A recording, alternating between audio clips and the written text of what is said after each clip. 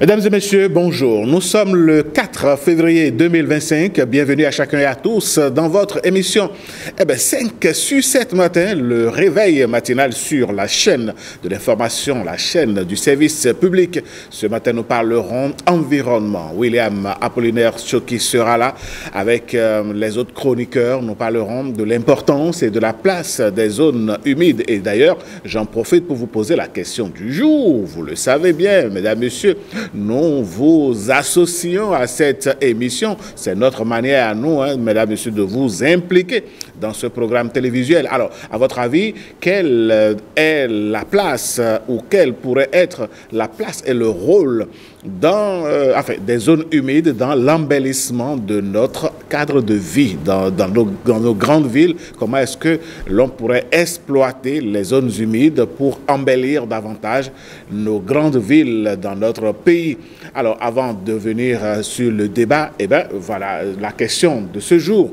À votre avis, selon vous, mesdames, messieurs, dans le plan d'aménagement de nos grandes villes en République du Bénin, comment est-ce que l'on pourrait mettre les zones humides à contribution?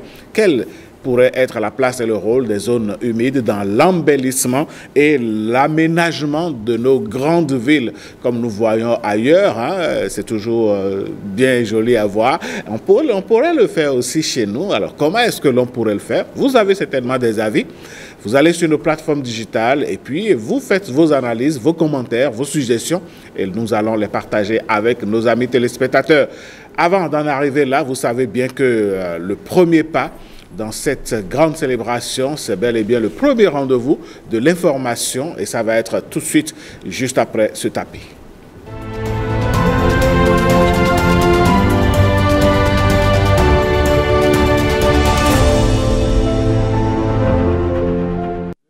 L'information est assurée par Marcel Arossi. Marcel, bonjour. Alain, bonjour. Bonjour à tous.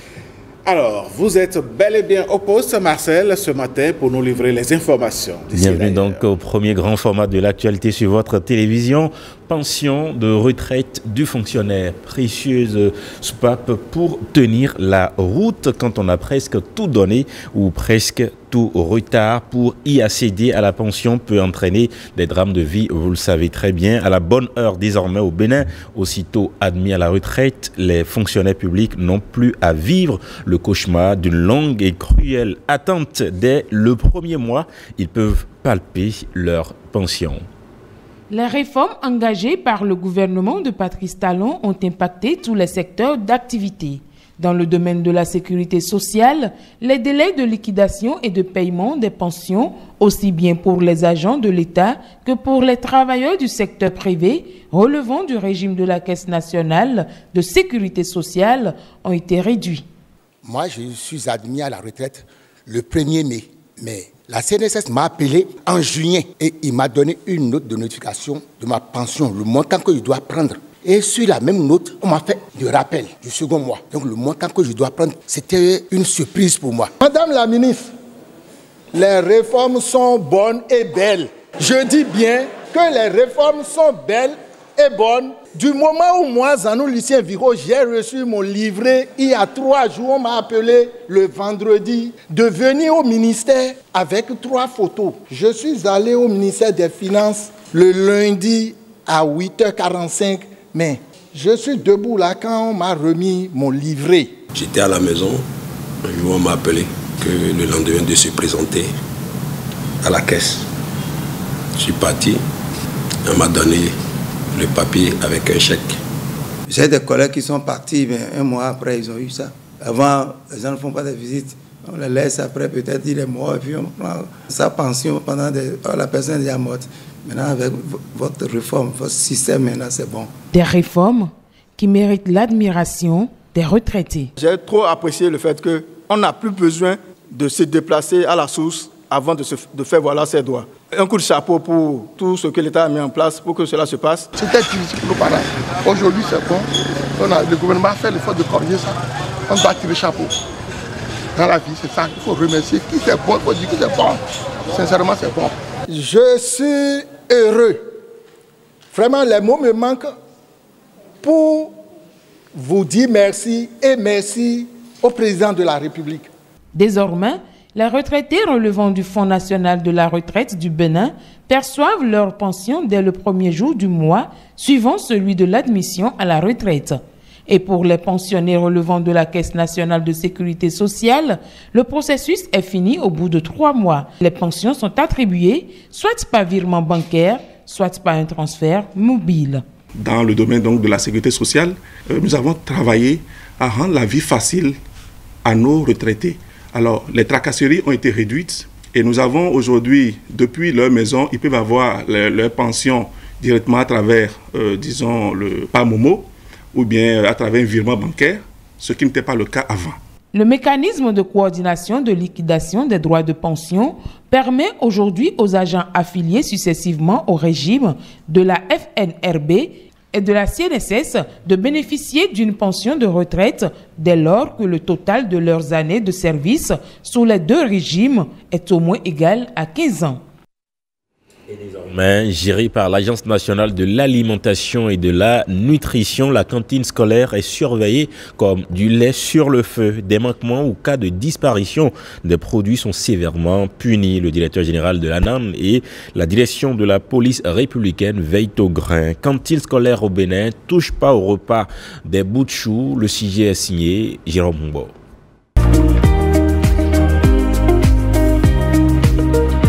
Le succès de ce programme est surtout dû à la solidité des partenariats stratégiques noués. En effet, au lancement du programme, l'exécutif a sollicité le PAM, Programme alimentaire mondial, pour sa gestion avant le transfert définitif des compétences à l'ANAN. De 2017, les chiffres ont évolué et en 2023, nous étions à plus d'1,3 million élèves bénéficiaires pour 5 709 écoles avec un taux de couverture de 75%.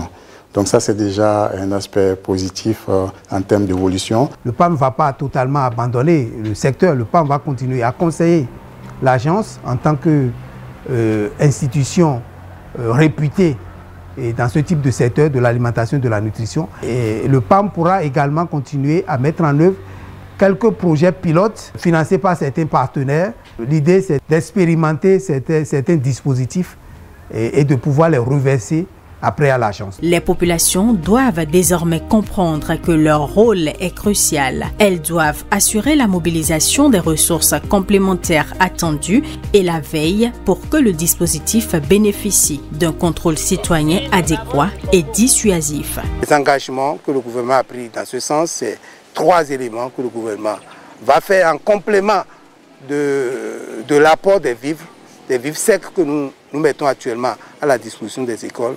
La première chose, c'est les magasins. Donc le gouvernement s'engage à construire partout où on a des cantines scolaires, des magasins, pour sécuriser les vivres. Et le gouvernement s'engage aussi à construire des cuisines avec des foyers améliorés pour faciliter la vie aux cuisinières, aux mères d'enfants qui accompagnent le programme. Et la troisième chose, c'est l'eau potable qu'on doit pouvoir apporter au niveau de toutes les écoles. Le programme des cantines scolaires a transformé des vies. Pour les écoliers et leurs parents, c'est une véritable bouée de sauvetage.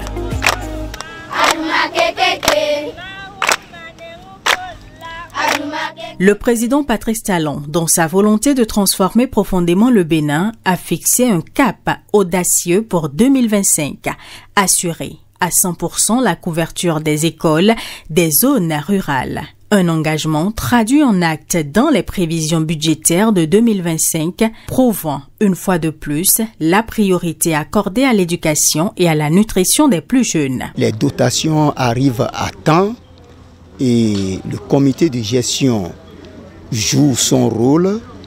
Les parents apportent leur contribution et les séances de sensibilisation ont régulièrement lieu et cela nous permet de pouvoir achever l'année en beauté en ce qui concerne la cantine.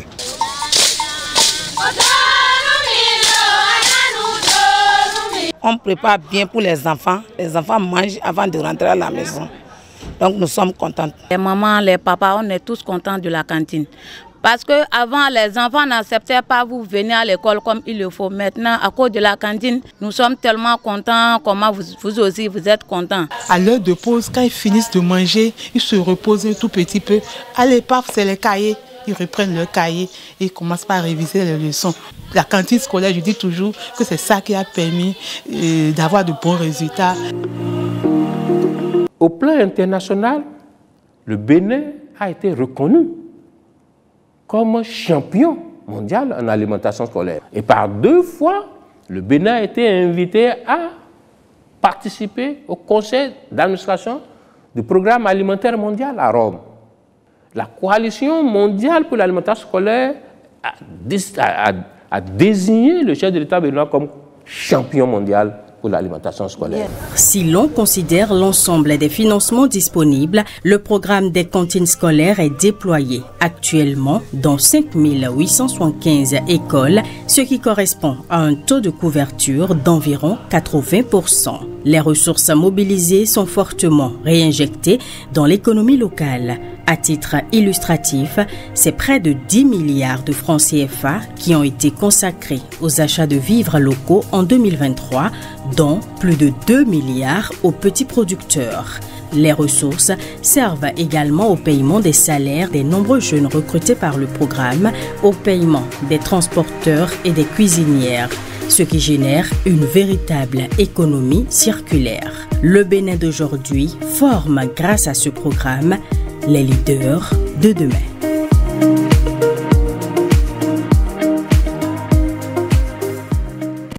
Investissement dans le capital humain, dossier économie, une priorité sociale pour le gouvernement face aux défis de l'inclusion sociale et de l'extrême pauvreté. Combat au Bénin pour donner aux citoyens des armes durables contre la fragilité sociale. Que fait-on? Pour quel impact? Ariane Da Silva nous en édifie.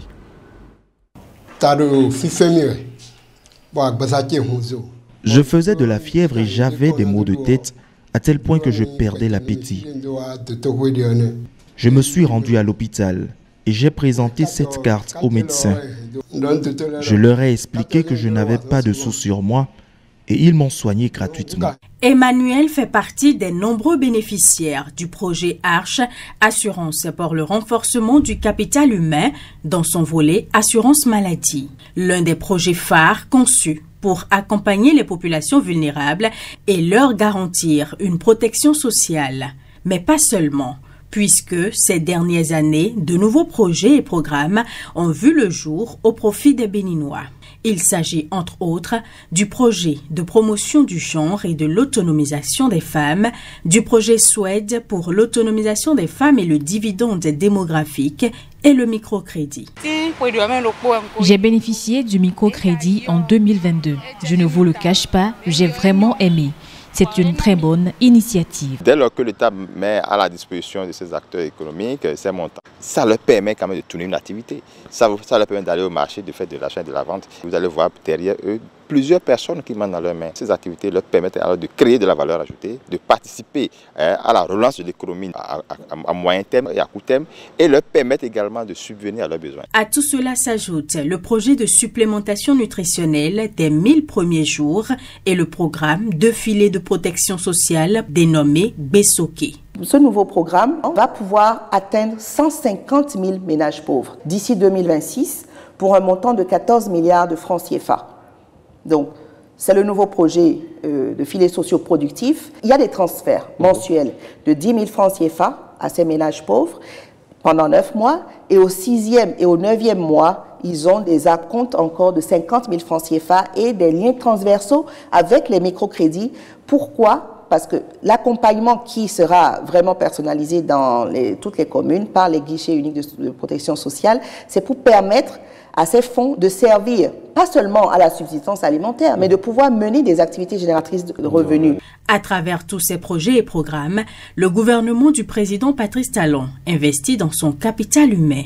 Un capital humain qui joue un rôle décisif dans la transformation des économies.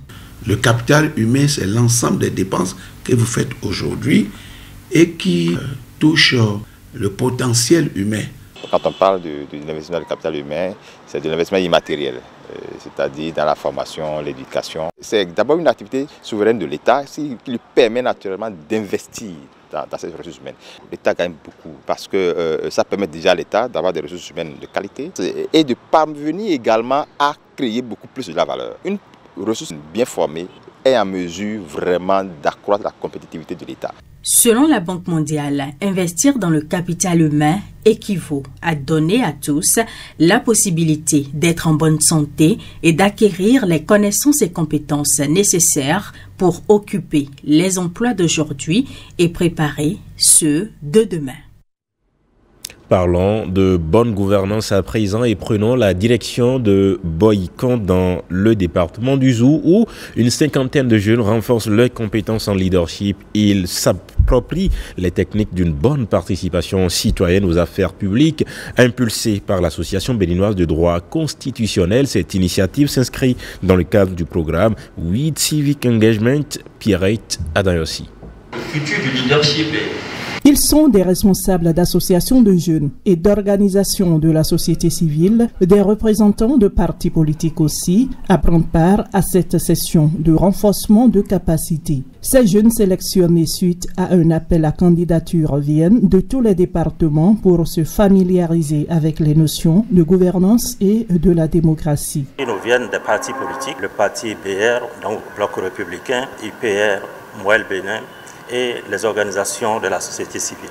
On va les former sur 3 jours sur les questions de leadership afin de susciter, de stimuler en eux, de booster en eux la citoyenneté active, donc l'engagement citoyen pour une prise en charge des affaires publiques. C'est une occasion pour nous, organisations de jeunesse, de motiver les gens, à savoir que dans leur communauté, ils ont un rôle important à jouer. Cette session de formation et de sensibilisation va donc permettre aux participants de travailler de commun accord à une meilleure promotion de la démocratie, de l'état de droit et de la bonne gouvernance. Mais non seulement ça nous permet d'être un meilleur leader dans nos communautés et d'apporter un plus à la jeunesse de chez nous, mais également aux enfants, mais à toute la population, parce que quand la jeunesse bénéficie, c'est toute la population qui bénéficie également. En dehors de cette formation, je m'engage à être un ambassadeur et qui promeut une démocratie inclusive qui forme nos jeunes frères à acquérir ces compétences de leadership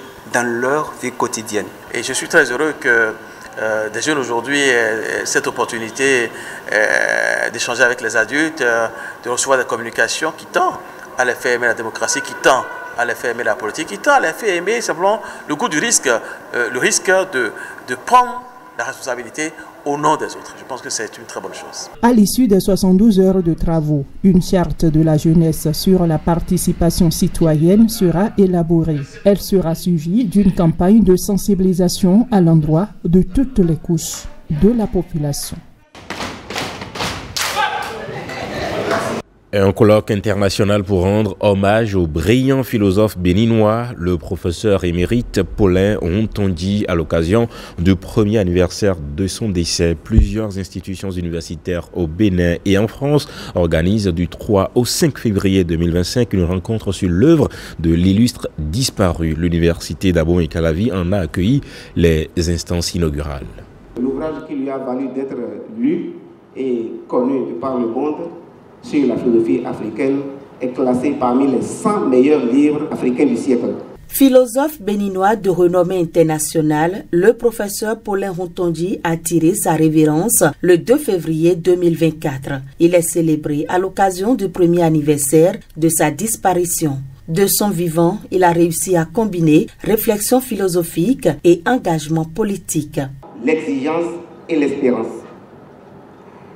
À mon sens, c'est essentiellement autour de ces deux valeurs telles des fils que s'est tissé pour l'essentiel la vie et la trajectoire intellectuelle de celui à qui nous rendons hommage. Paulin Hontondi s'est efforcé de mourir bravement dans son combat contre la déraison, le non-sens, la doxa, et ce que Jean Habert, dans son essai sur le mal, qualifierait d'injustifiable. Il était fortement conscient des mirages théoriques et de leurs dérivés existentiels qui pouvaient dangereusement compromettre l'avenir de la philosophie en Afrique. Cet héritage est au cœur de ce colloque international, une occasion pour chercheurs et étudiants de tous horizons de lui rendre un hommage. Les lieux de recherche témoignent de l'impact décisif des travaux de notre compatriote dans ce qui a été la longue et rude polémique autour de la question de la philosophie africaine. Que l'œuvre de Wu Tongji ne puisse être limitée à cette querelle néanmoins décisive pour la philosophie et les sciences humaines, que les autres champs de son non moins importants, tels que ses travaux sur l'extraversion, puissent être investigués et développés, sont les espoirs que l'Académie nationale des sciences a et l'être du Bénin nourri pour ce colloque. Je souhaite surtout que vos travaux contribuent à continuer la mémoire de ce monument désormais tombé dans le patrimoine immatériel de notre époque et des temps à venir. À travers cet hommage, l'œuvre de l'illustre disparu est ainsi perpétuée pour inspirer les générations futures. La modernisation de l'administration publique béninoise se poursuit. L'une des avancées majeures réalisées par le gouvernement est la création des centres communaux de services publics, un dispositif pour approcher davantage le service public des citoyens.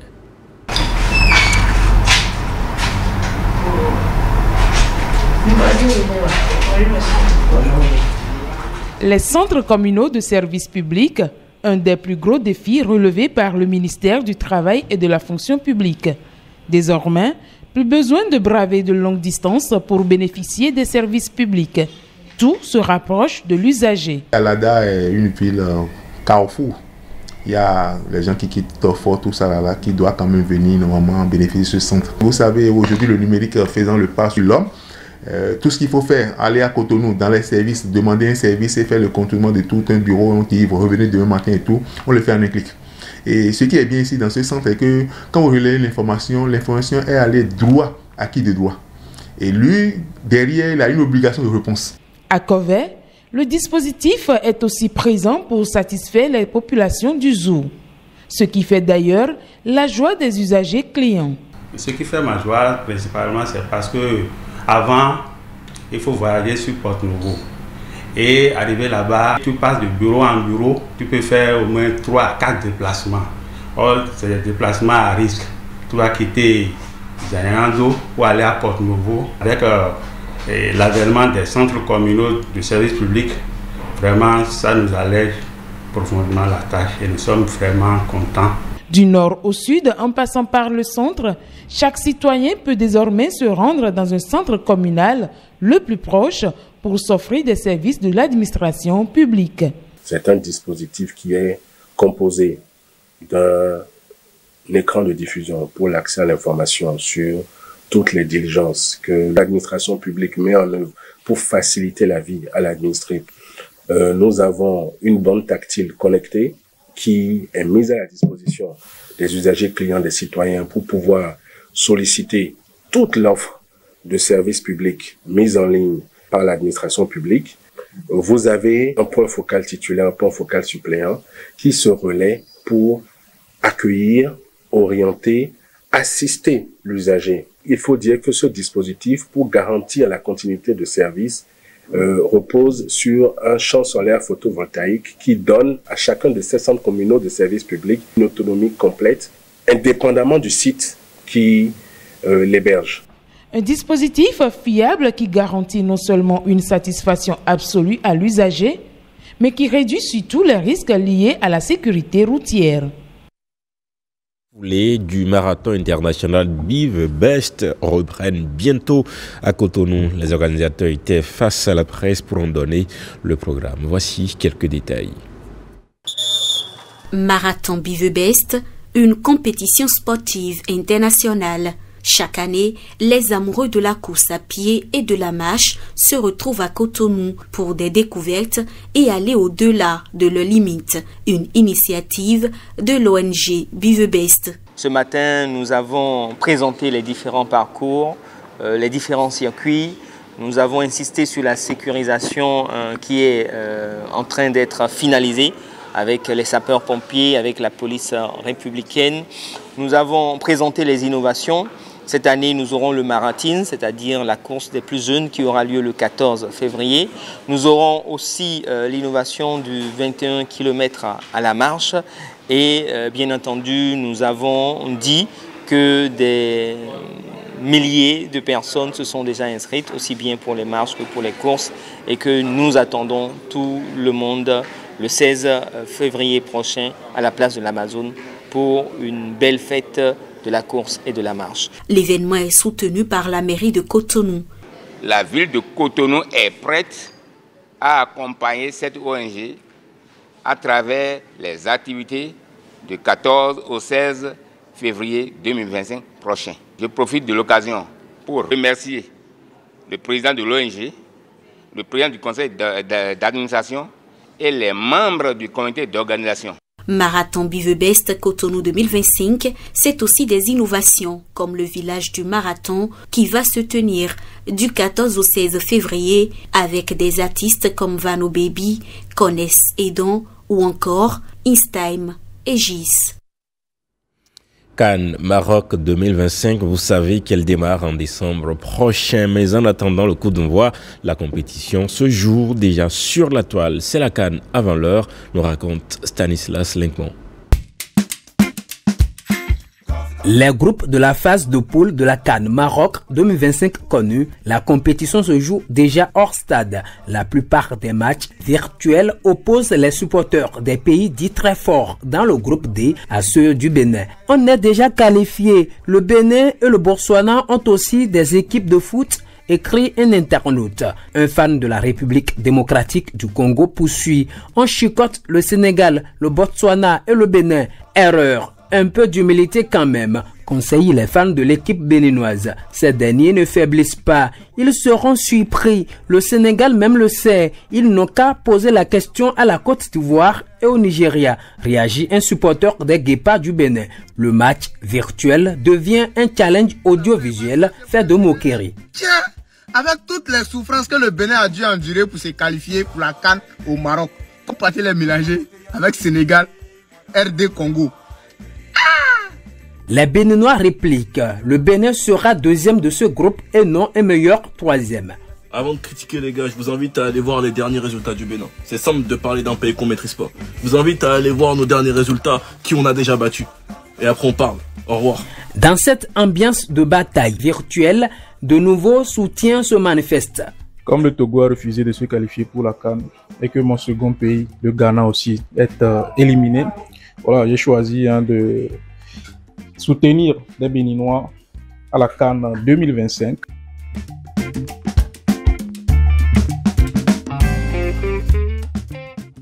Pas loin de ce match d'avant l'heure, le choix porté sur Djimon Hounsou pour co-animer la cérémonie du tirage au sort de la CAN Maroc 2025 fait aussi débat. Djimon Hounsou, présentateur officiel de la cérémonie du tirage au sort des poules de la CAN Maroc, les retombées des Vaudondaises, a posté Da Adagboto. L'ancien rappeur béninois estime que quand on parle d'un pays un peu partout, c'est à ce type de retombées qu'on doit s'attendre. En réaction, des internautes relativisent. L'acteur de cinéma est célèbre avant les Vaudondaises. La star hollywoodienne a un parcours unique. Il faut donc respecter le talent de ce Béninois, son dur labeur, soulignent ses fans. D'autres se posent des questions à l'image de celui-ci qui interroge. Si le Bénin ne s'était pas qualifié pour la CAN, qui allait l'appeler? C'est une vaine polémique, selon plusieurs commentaires. Mais une certitude, le monde entier retient désormais qu'un fils du Bénin a une fois de plus illuminé la scène mondiale, peut-on lire à travers de nombreuses publications. Voilà qui met donc un terme à ce premier journal de la journée. Rendez-vous à 13h20 puis 23h30 pour d'autres nouvelles sur la télévision nationale. Marcela Rossi, mais en attendant de retrouver donc le prochain rendez-vous de l'information, on va faire une incursion dans le monde des périodiques de notre pays pour voir ce qui intéresse, voilà, les quotidiens du jour. Voici la revue des titres.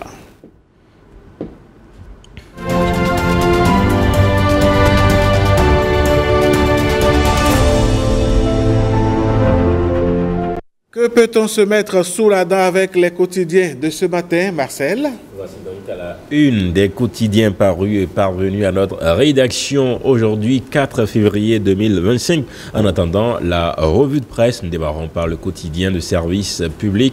La Nation, réforme du e-foncier, plus de 491 000 parcelles enregistrées dans 12 communes du Bénin.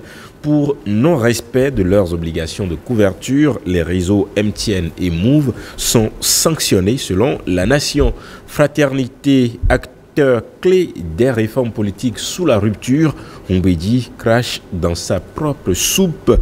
Vol de carburant et contrebande sur le fleuve Niger.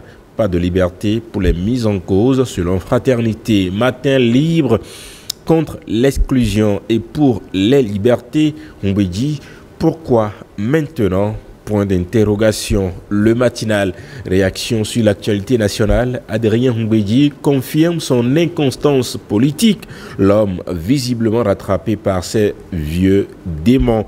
Affaire détournement de 1,6 milliard de francs CFA à Agitip Bénin. 2 ans de prison requis contre Raymond Adékambi.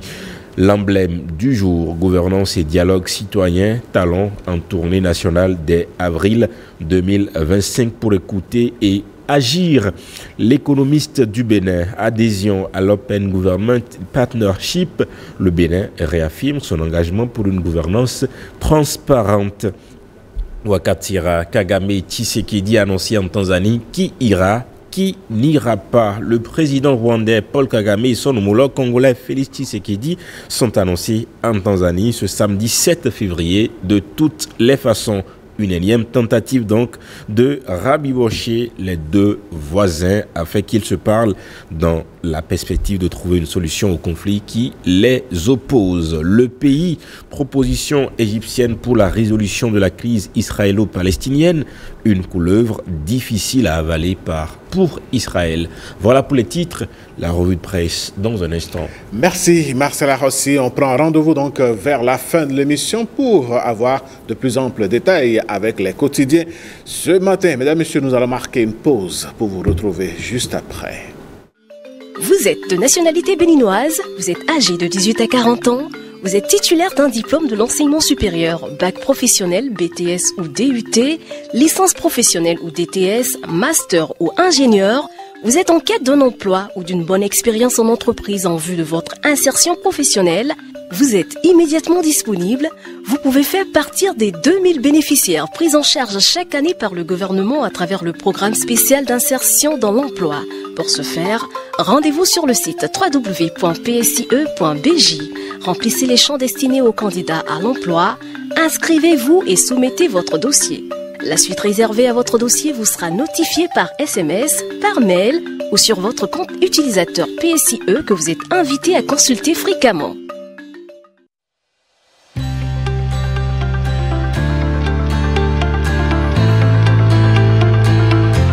Vous êtes une femme béninoise. Vous disposez d'une compétence avérée. Inscrivez-vous dans la base de données des compétences féminines du Bénin, un creuset exceptionnel de promotion des femmes du Bénin. Le compendium des compétences féminines du Bénin, c'est quoi? Une application dynamique dotée d'une base de données centralisée et renseignée à partir des informations liées aux inscriptions des femmes sur la plateforme. Elle a pour but de révéler et promouvoir les compétences féminines existantes dans tous les secteurs et sur l'ensemble du territoire national et à la diaspora. Quels sont les objectifs de la plateforme? Renforcer la visibilité, la participation et le leadership des femmes dans la gestion des affaires publiques et privées en révélant et en promouvant des compétences féminines existantes dans tous les secteurs, aussi bien sur l'ensemble du territoire national que dans la diaspora. Fournir des informations utiles aux présidents des institutions de l'État, aux autorités politico-administratives, aux partis politiques, pour le recrutement, la nomination ou la représentation des femmes. Identifier les secteurs où les femmes sont sous-représentées afin d'inciter à la prise de mesures correctives dans le sens de l'équité et de la justice sociale. Promouvoir des cadres d'échange entre les femmes leaders d'une part et d'autre part entre les femmes leaders et les femmes à la base communautaire. Favoriser le réseautage entre les femmes pour assurer la veille et le plaidoyer. Qui peut s'inscrire? Les femmes de l'administration publique, les femmes du secteur privé, entreprises et sociétés, les femmes universitaires, les femmes des organisations de la société civile, OSC, les femmes des organismes et institutions internationaux, les femmes au niveau communautaire, associations et groupements féminins, les femmes de la diaspora, les femmes leaders politiques. Quels sont les critères d'inscription? Justifier de sa compétence dans un domaine donné et disposer d'un numéro d'identification personnelle, NIP. L'inscription sur la plateforme est libre et gratuite. Comment s'inscrire? S'inscrire ou se faire inscrire directement en ligne sur la plateforme en tapant sur le lien suivant: lescompétencesfemmesbénin.social.gouv.bj. Remplissez tous les champs obligatoires du formulaire d'inscription, puis cliquez sur Enregistrer. Vous recevrez ensuite un mail de notification avec lien et code d'activation. Vous faites l'activation du compte avec le code envoyé dans votre mail. Ensuite, remplis les informations relatives aux qualifications, expériences, publications et références. Il ne s'agit pas d'un recensement des femmes. Le compendium vise à faire la promotion de la femme dans tous les domaines de la vie publique, économique, politique et socio-culturelle.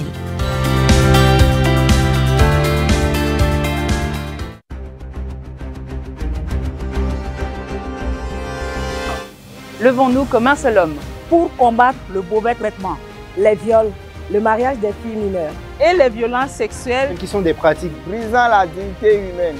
Au Bénin, les violences basées sur le genre sont sévèrement punies par la loi. N'ayons pas peur de saisir les autorités judiciaires. Si nous sommes témoins ou victimes d'une quelconque violence, la prévention de la violence sexuelle est la responsabilité de tous. La prévention de la violence sexuelle est la responsabilité de tous. Prenons l'engagement aujourd'hui de briser le silence et de dénoncer tous les cas de violation de droits, quels que soient leurs auteurs.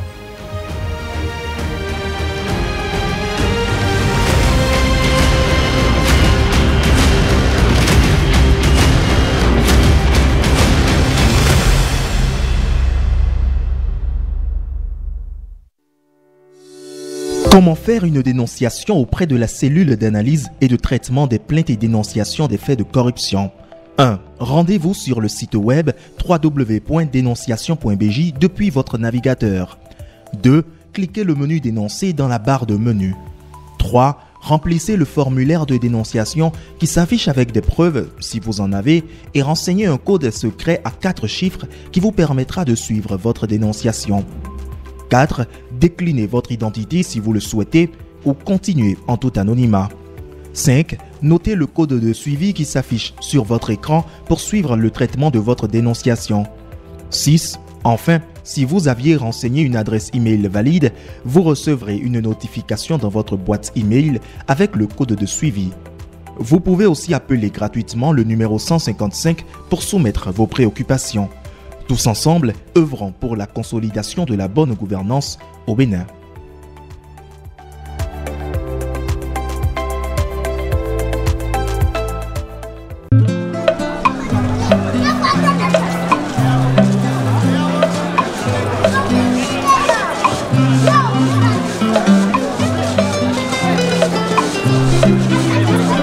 Mes amis, c'est bien votre adjoint. Vous avez connu mes débuts, ce temps de galère et cette souffrance. Après, j'ai démarré mes activités grâce au microcrédit à l'AFIA. Je m'en souviens comme si c'était hier. C'était un crédit de 50 000 francs. Étant bien formé sur la gestion de mon crédit et mon commerce, j'ai remboursé régulièrement. Et ça m'a permis aujourd'hui de bénéficier d'un crédit de 100 000 francs et d'accroître mes activités. Vous aussi, Vous pouvez être comme Adjoa. Vous êtes ancien ou nouveau bénéficiaire du microcrédit à l'AFIA. Vous pouvez désormais obtenir des crédits allant jusqu'à 100 000 francs CFA. Rendez-vous chez le SFD le plus proche pour plus d'informations. C'est simple et pratique, comme toujours. Microcrédit à l'AFIA. Le crédit qui vient à vous. Merci Microcrédit à l'AFIA.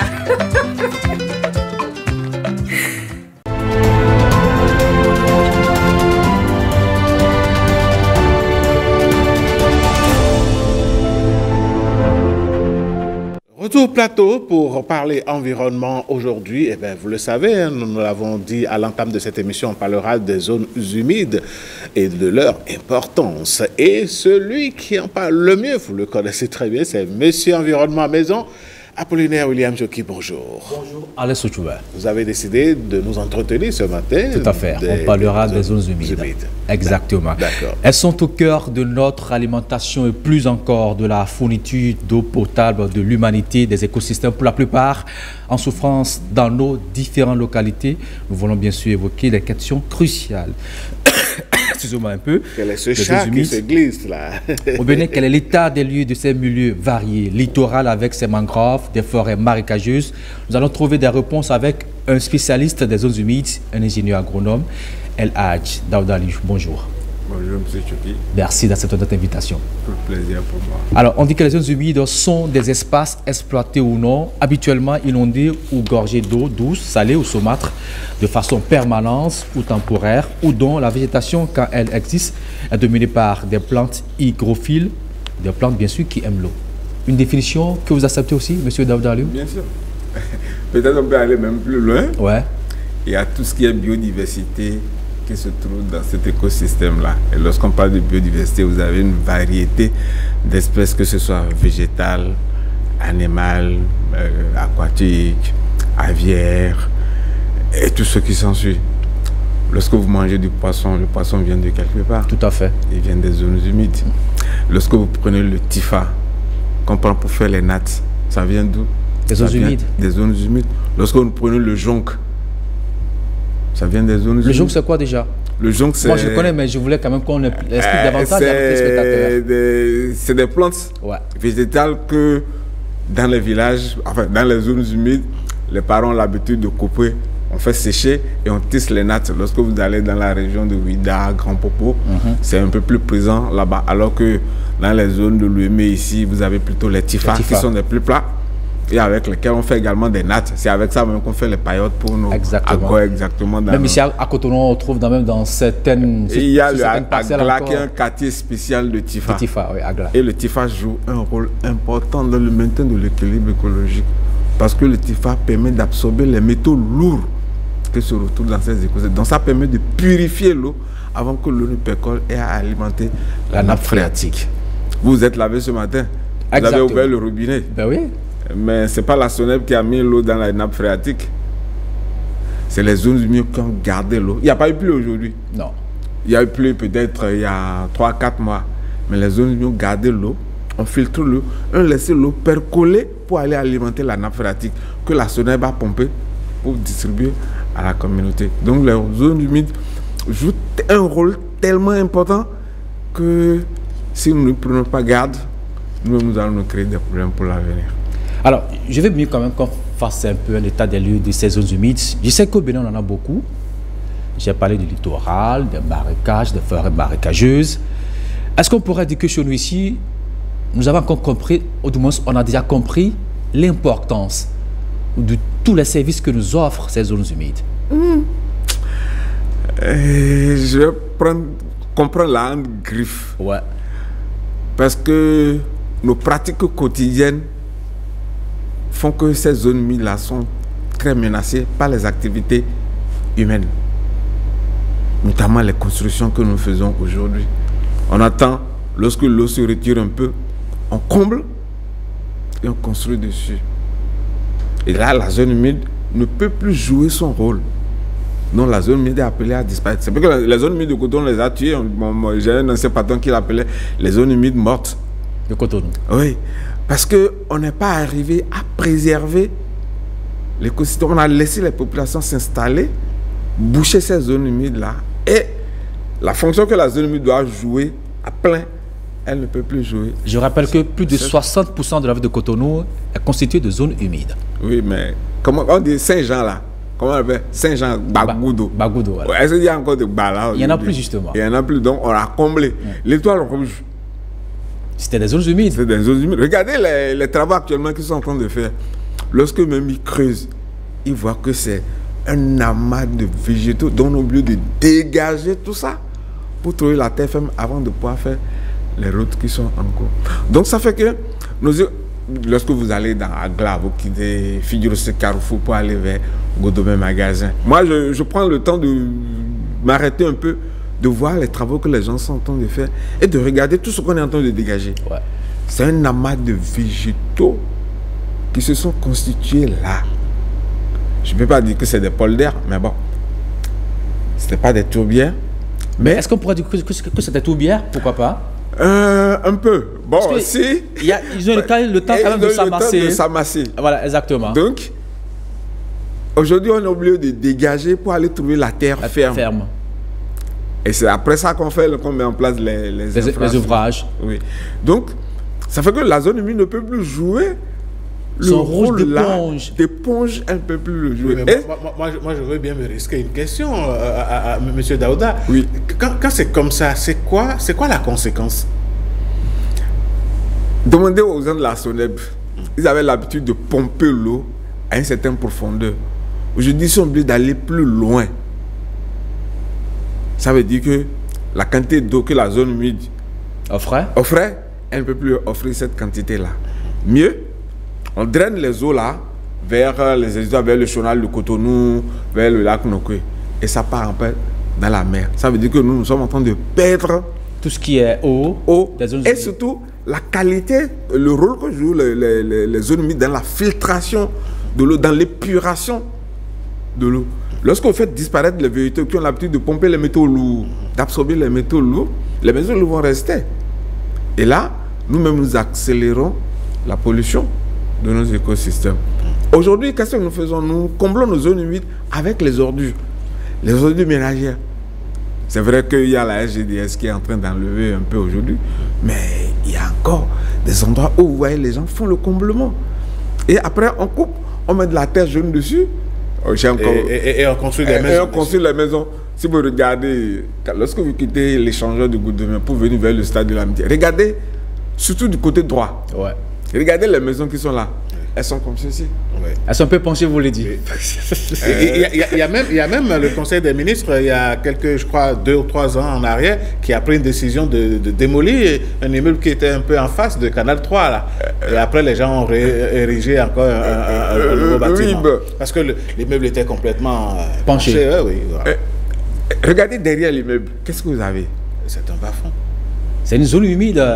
Qu'on a essayé d'aménager aujourd'hui. Voilà. Bon, j'espère que les aménagements permettront de réguler un tant soit peu l'écoulement de l'eau, parce que ça va sortir sous l'échangeur pour aller au niveau du lac Nokwe.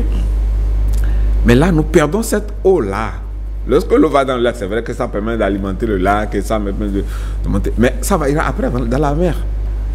Est-ce que l'eau salée, nous arrivons à l'utiliser, à l'exploiter? Non. Ça veut dire que l'eau douce que nous avons, si on avait des écosystèmes qui gardaient cette eau-là va alimenter la nappe phréatique et va permettre la recharge. Et on peut même faire des activités dans ces écosystèmes-là. Regardez la zone du COG Godobin. Ouais. Aujourd'hui, regardez bien. Je me rappelle, il y a quelques années en arrière, sur de longues périodes, c'est une zone où l'eau stagne. Oui, bon, parce qu'on a exploité le sable, la terre jaune qui était là, on l'a exploité. Ouais. Donc, ça s'est transformé en une zone, en un réceptacle. Ouais. Mais aujourd'hui, qu'est-ce qu'on est en train de faire? On est en train de boucher tout doucement. Lorsque l'eau va aller dans les maisons, les gens vont commencer par crier. Tout à fait. Parce inondation. Que tout autour, effectivement, les gens sont en train de s'installer. Oui. Et ça fait que, bon, il faut que nous-mêmes... Aujourd'hui, nous n'avons pas de stratégie de gestion de ces écosystèmes-là. C'est vrai que dans les années 98, 2000, 2002, 2003, il y avait un document de stratégie qui avait été élaboré avec l'appui du programme d'aménagement des zones humides. Ce projet a été actualisé, verdi et autres, Mais où est-ce qu'on en est aujourd'hui? Est-ce que ça a été adopté et mis en œuvre? Je ne sais pas. Peut-être que le point focal Ramsar, qui devait s'occuper de ça, peut en parler. Je ne sais pas à quel niveau. Certainement, on aura l'occasion quand même d'inviter le directeur général de l'ABE, qui est le point focal Ramsar. Peut-être que lui, il pourra vous voilà, donner de plus anciennes explications par rapport à cette stratégie de gestion des zones humides. Nous avons des sites Ramsar. Je sais que le projet de gestion de la conservation de la biodiversité marine côtière a actualisé les fiches Ramsar. Ça fait qu'au départ, c'était autour de 16 000 hectares, mais aujourd'hui, on est passé à 41 000 hectares parce qu'ils ont pris en compte certains autres écosystèmes. Maintenant, est-ce qu'on fait le suivi? Parce que si vous ne suivez pas l'évolution de votre écosystème, on ne peut pas dire « Ah, on a tel problème à tel niveau ». Aujourd'hui, regardez tous les aménagements qu'il y a. Beaucoup d'aménagements dans le pays. Il y a des infrastructures touristiques qui sont en train d'être développées et qui empiètent sur ces écosystèmes-là. Allez au niveau des lagunes anciennes, lagunes qu'on appelle Tao-Torouba. Vous allez voir aujourd'hui, c'est beaucoup d'infrastructures touristiques qu'on est en train d'installer autour de cet écosystème-là. Et on empiète sur la couverture des berges. Et lorsque vous empiétez, vous construisez, vous facilitez l'érosion. Parce que l'eau qui arrive là, ça n'aura plus de frein. Et là, vous-même vous entretenez la dégradation de votre écosystème. Vous voulez dire que la zone humide ne joue plus le rôle de résilience contre les catastrophes naturelles? C'est un peu ça. Ouais. Lorsque nous avons des inondations, si les écosystèmes étaient là, les écosystèmes allaient garder ces eaux-là. Mais lorsque vous les poussez, l'eau trouvera toujours son chemin. Oui, mais Monsieur Daouda, moi j'étais au Ghana, j'ai remarqué quelque chose. Les gens ne comblaient pas systématiquement les berges pour construire. Ils construisaient un peu en retrait et puis allaient installer sur les zones humides, les eaux carrément, des infrastructures. Qu'est-ce qui empêche alors qu'au Bénin, on fasse un tel schéma? Et il faut quelqu'un pour donner la ligne directrice, non? Donc, j'ai pas trop compris ce que disait M. Allaire. Non, en fait, c'est-à-dire les gens ne construisent pas directement sur les berges. Voilà, mais ils vont s'installer sur l'eau, sur l'écosystème. Okay. C'est comme les amis de Ganvier. De Ganvier, ouais. Eux, ils ont laissé l'eau agir. Hein. Seulement, ils se sont installés là-dessus pour libérer le coup. Ah, c'est comme, bon, je me rappelle, on avait fait un documentaire qu'on a présenté au sommet mondial de l'eau aux Pays-Bas. Vivre avec la dynamique de l'eau. On vit avec la dynamique de l'eau, on ne vit pas contre la dynamique de l'eau. Hein. Vous laissez l'eau, parce que l'eau trouvera toujours d'issue pour continuer. Ça, il n'y a pas. Donc, au lieu de lui bloquer l'eau là, vivez avec elle de manière intelligente. Et là, l'eau va circuler, mais vous serez là, vous allez adopter les conditions qu'il faut pour mener une vie décente au niveau de cet écosystème-là. Et ça permettra à l'écosystème de jouer son rôle. Ça, c'est à nous. Il faut que quelqu'un dise « Ah non, non, ça là que vous voulez faire ici, là, c'est pas ça. C'est plutôt comme ceci. » Il définit le code de conduite, les lignes directrices.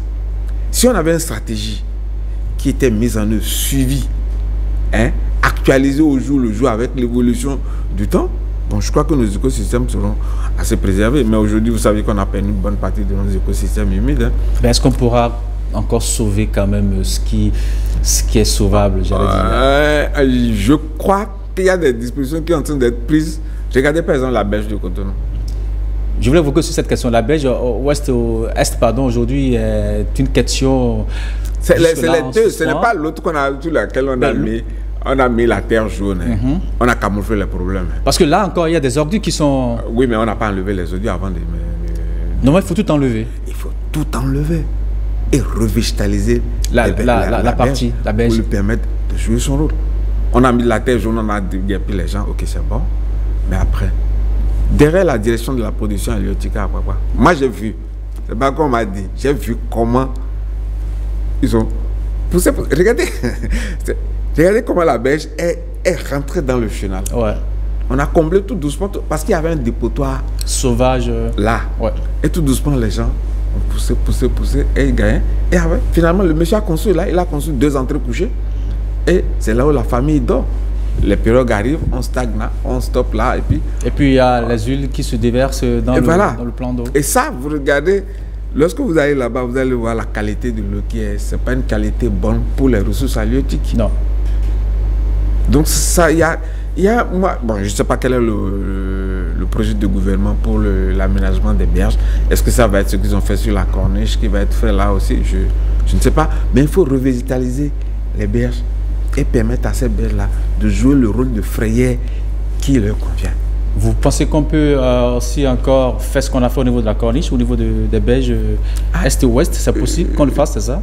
Je ne connais pas le programme du gouvernement. Non, je demande, est-ce que vous pensez que c'est une solution qui pourrait amener... je ne propose pas ça.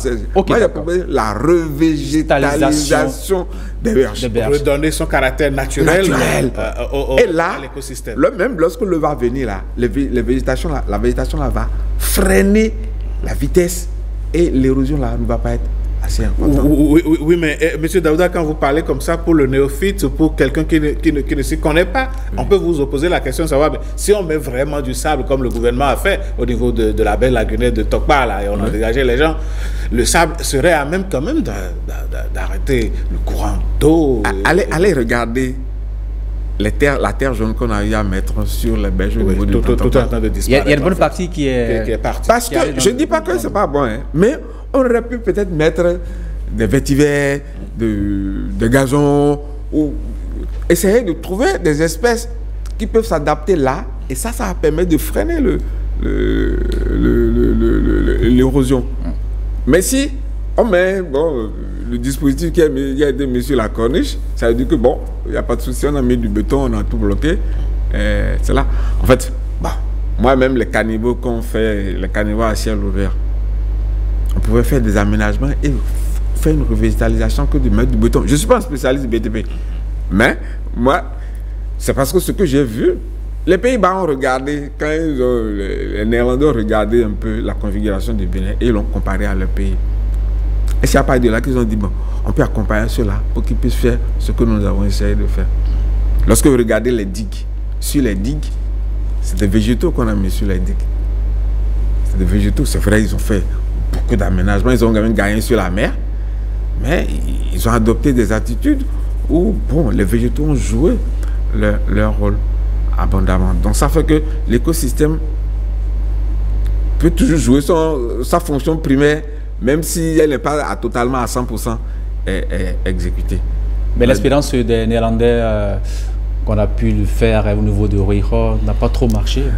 Les Néerlandais n'ont pas demandé de construire. On ne devait pas construire là normalement. Non. Mais nous on l'a fait.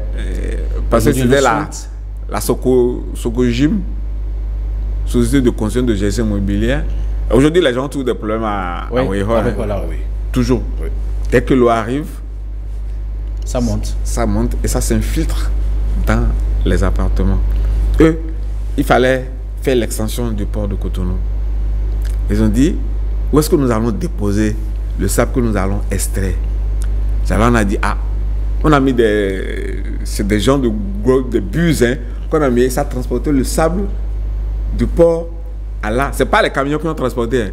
Des bus. C'est des bus, ils ont placé de gros tuyaux comme le tuyau de la Sonep qu'on est en train de mettre à voilà. Et c'est ça qui pompait le sable du port vers là-bas. Et ils ont dit c'est pour pouvoir stocker le sable. Rien que ça. Oui. Mais nous, on a trouvé des espaces. On a trouvé des remblais. Et puis, comme la Socogim cherchait de l'espace pour construire des villas pour ceux qui travaillent à Cotonou, on a construit là. Vous avez vu, la Socogim n'a même pas fait de bâtiment à étage. Au départ, la Socogim avait seulement des terrés. Et voilà, bon, les fonctionnaires sont allés s'installer. Et quand les autres ont compris, ils ont délimité les parcelles là. Et les gens ont construit. Et là, l'eau a trouvé. Le remède là, c'est quoi? C'est aller les embêter dans leur case. Et puis voilà, c'est ça. Regardez toujours derrière Sika Toyota. Ouais. Regardez. Si on avait laissé la zone mûre jouer son rôle, on n'aura pas le problème que nous connaissons au niveau du Carrefour. Oui, mais dans le même temps, on va vous opposer le fait qu'il faut quand même développer la ville. Il faut que les gens s'installent. Est-ce qu'il faut développer la ville contre... Excusez-moi, pourquoi on est allé construire la cité de Wedo aujourd'hui? C'était la meilleure politique normalement. Oui, quand la vie était en hauteur. Et puis là-bas, il n'y a pas de souci. Pourquoi tout le monde veut rester dans Cotonou? C'est Cotonou, voilà. C'est ça, l'État aurait pu prendre les dispositions en ce moment-là, dit, cette zone-là, Moi, je suis allé à Abuja, au cœur de la ville. Il y a une grande zone humide et l'État a dit ici, là, personne ne touche. Ils ont transformé ça en site Ramsar. Mais moi, j'ai même dit, même là, vous évoquez Sika Toyota, j'ai dit, mais pourquoi ne pas même casser, excusez-moi du peu, l'église qui est installée là, mais aussi le truc de, je crois que c'est la SB2E, non, qui est de l'autre côté. Pourquoi ne pas casser cette zone-là et laisser l'eau circuler normalement? Bon, là, est-ce que c'était même pas une église au départ? C'était un magasin. C'était un magasin, oui, au départ, oui. C'était un magasin et il y avait pas, il y a une entreprise qui a même mis de domaine privé, accès interdit, qui débouche sur la grosse zone marécageuse là. Et ça, dès qu'ils ont fait ces deux installations là, c'est fini. L'eau a commencé par se chaque fois qu'il n'y a plus, l'eau stagne sur la chaussée. J'espère que les travaux de construction de l'échangeur vont atténuer un tout petit peu le exactement. Bon, j'espère bien. Je ne suis pas un spécialiste BTP, je ne maîtrise pas le plan qui est en train d'être mis en place là pour la gestion de cet écosystème. Alors, M. Dada, est-ce qu'on pourrait dire que les années à venir, il vaut mieux qu'on prenne conscience, sinon vraiment ce qu'on fait, l'inondation pourrait nous rattraper si vraiment on bouchait tout ce qui est zone humide? Aujourd'hui, il y a le PAPC qui est en train de faire beaucoup d'aménagements et autres. Mais il faut qu'on passe à redonner aux zones humides leur vraie valeur, leur permettre de jouer le rôle qui est le leur. Il faut préserver l'écosystème. C'est vrai, si vous regardez dans la zone de la glace, non. Il y a un nom là, j'ai oublié. Les aménagements qu'ils ont eu à faire. Moi, j'ai parcouru un soir, je suis venu du stade derrière le stade de l'Amitié. Toute la zone est réalisée par le PAPC. Jusqu'à venir à Godomé, oui. Magasin. Ouais. C'est bon. Maintenant, quelle va être, lorsqu'on aura l'inondation de la crue de 2010, par exemple? Si ça revenait, je veux voir quel va être le comportement de ces infrastructures-là. S'ils arrivent à supporter, là, je vais dire, ok, ça marche. Mais s'ils n'arrivent pas à supporter, ça veut dire qu'on a encore toujours des problèmes. Ça, c'est... Je ne sais pas, les ingénieurs qui ont travaillé pour proposer les types d'aménagements au niveau du PAPC, bon, on a fait des voies, on n'a pas fait, je ne sais pas, on n'a pas fait de sucreusement en tant que tel, mais on a aménagé pour qu'il y ait un truc de promenade. Au niveau de cette... Oui, au niveau de... Maintenant, bon. Il faut soumettre les infrastructures aux différentes épreuves et voir si... Merci beaucoup, M. Daouda Aliou. Merci, vous êtes ingénieur agronome spécialiste des zones humides. Avec vous, quand même, on a parlé un peu de l'état des lieux des zones humides au Bénin. Certes, ce n'est pas encore bon, mais on peut mieux faire, n'est-ce pas? Oui, on peut toujours ajouter un plus. Ouais. Et essayant de moins casser les végétaux, essayant de moins tuer les végétaux. Il y a beaucoup d'aménagements, c'est vrai, il y a des investissements énormes. Mais bon, parce que lorsque, par exemple, vous mettez la lumière sur des écosystèmes qui n'ont pas forcément besoin, il y a des espèces qui ne vont pas venir. Ah oui. Les oiseaux d'eau, par exemple, vous allez voir, moi je suis quelque part, je suis proche, je suis pas loin du chenal de Djonou. Et vous voyez, les oiseaux d'eau migrent en suivant le couloir du Djonou là, jusqu'au Lavik d'Ancienne. Mais lorsque vous mettez la lumière, ça perturbe les oiseaux dans leur couloir de navigation. Ils ne vont pas venir là.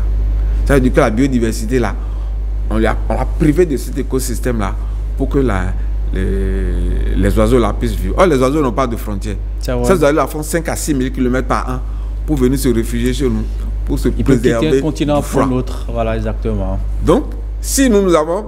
Bon, aujourd'hui, on a eu la chance de faire le dénombrement les 18 et 19 janvier dernier. Oui. On n'a pas encore tous les résultats compilés. C'est pour voir, est-ce que ces oiseaux-là viennent toujours? Est-ce qu'ils viennent en nombre? S'ils viennent en nombre, ça veut dire que nos écosystèmes-là sont dans un état acceptable. Mais s'ils ne viennent pas en nombre, ça veut dire qu'ils n'arrivent pas à trouver leur pitance-là dans nos écosystèmes. Donc, ils vont chercher d'autres endroits où pour aller se nicher. Et ça fait que la présence des oiseaux d'eau en nombre montre la qualité de votre... Donc c'est un indicateur. C'est un indicateur d'état de la biodiversité. Ouais, donc c'est ça. Donc c'est à nous de voir. Bon, c'est vrai, aujourd'hui, personne ne s'intéresse à ça. Peut-être le projet Waka a apporté un appui l'année dernière pour nous accompagner. Avec la création des ACCB. Oui. Non, ça, c'est pas Waka qui a fait ça. C'était le projet de gestion de la conservation biodiversité marine côtière. Qui avait créé la CCB, voilà. Ouais, je crois que c'était en 2014. Oui. Ouais, 2014, ouais. Ouais. C'était l'ABE qui avait managé ce projet-là. Bon, aujourd'hui, dans quel état sont les ACCB? Donc, tout à l'heure, on va évoquer les questions de la CCB. Dans le grand débat, justement, on parlera de cette question-là. William Apollinaire Djoki, on va marquer une pause et puis on vous retrouve tout à l'heure avec les autres chroniqueurs également. Hein. Okay. Je les considère désormais comme des chroniqueurs. Oui. Ils forment quand même la famille de l'environnement. Exactement, tous les mardis sont là. Allez, mesdames, messieurs, nous parlerons spécifiquement des zones humides de ce matin. Vous avez commencé par comprendre leur importance dans notre vie quotidienne et même dans la vie des générations auxquelles nous allons léguer la terre quand on ne sera plus là. Allez, on va marquer une pause et on va ouvrir le débat.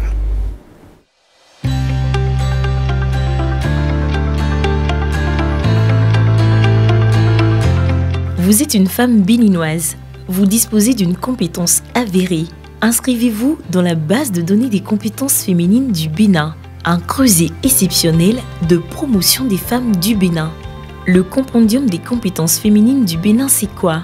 Une application dynamique dotée d'une base de données centralisée et renseignée à partir des informations liées aux inscriptions des femmes sur la plateforme. Elle a pour but de révéler et promouvoir les compétences féminines existantes dans tous les secteurs et sur l'ensemble du territoire national et à la diaspora. Quels sont les objectifs de la plateforme? Renforcer la visibilité, la participation et le leadership des femmes dans la gestion des affaires publiques et privées en révélant et en promouvant des compétences féminines existantes dans tous les secteurs, aussi bien sur l'ensemble du territoire national que dans la diaspora. Fournir des informations utiles aux présidents des institutions de l'État, aux autorités politico-administratives, aux partis politiques, pour le recrutement, la nomination ou la représentation des femmes. Identifier les secteurs où les femmes sont sous-représentées afin d'inciter à la prise de mesures correctives dans le sens de l'équité et de la justice sociale. Promouvoir des cadres d'échange entre les femmes leaders d'une part et d'autre part entre les femmes leaders et les femmes à la base communautaire. Favoriser le réseautage entre les femmes pour assurer la veille et le plaidoyer. Qui peut s'inscrire? Les femmes de l'administration publique, les femmes du secteur privé, entreprises et sociétés, les femmes universitaires, les femmes des organisations de la société civile, OSC, les femmes des organismes et institutions internationaux, les femmes au niveau communautaire, associations et groupements féminins, les femmes de la diaspora, les femmes leaders politiques. Quels sont les critères d'inscription? Justifier de sa compétence dans un domaine donné et disposer d'un numéro d'identification personnelle, NIP. L'inscription sur la plateforme est libre et gratuite. Comment s'inscrire? S'inscrire ou se faire inscrire directement en ligne sur la plateforme en tapant sur le lien suivant: lescompétencesfemmesbénin.social.gouv.bj. Remplissez tous les champs obligatoires du formulaire d'inscription, puis cliquez sur Enregistrer. Vous recevrez ensuite un mail de notification avec lien et code d'activation. Vous faites l'activation du compte avec le code envoyé dans votre mail. Ensuite, remplis les informations relatives aux qualifications, expériences, publications et références. Il ne s'agit pas d'un recensement des femmes. Le compendium vise à faire la promotion de la femme dans tous les domaines de la vie publique, économique, politique et socio-culturelle.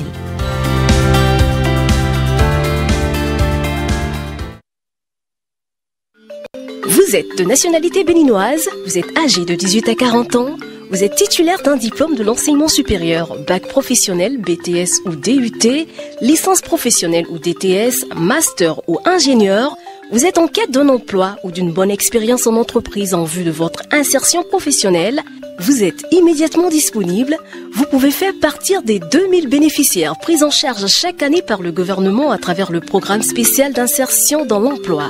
Pour ce faire, rendez-vous sur le site www.psie.bj.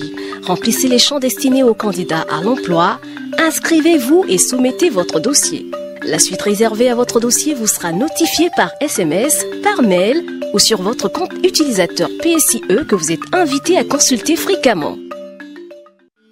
Vous êtes de nationalité béninoise, vous êtes âgé de 18 à 40 ans, vous êtes titulaire d'un diplôme de l'enseignement supérieur, bac professionnel, BTS ou DUT, licence professionnelle ou DTS, master ou ingénieur, vous êtes en quête d'un emploi ou d'une bonne expérience en entreprise en vue de votre insertion professionnelle, vous êtes immédiatement disponible, vous pouvez faire partir des 2000 bénéficiaires pris en charge chaque année par le gouvernement à travers le programme spécial d'insertion dans l'emploi.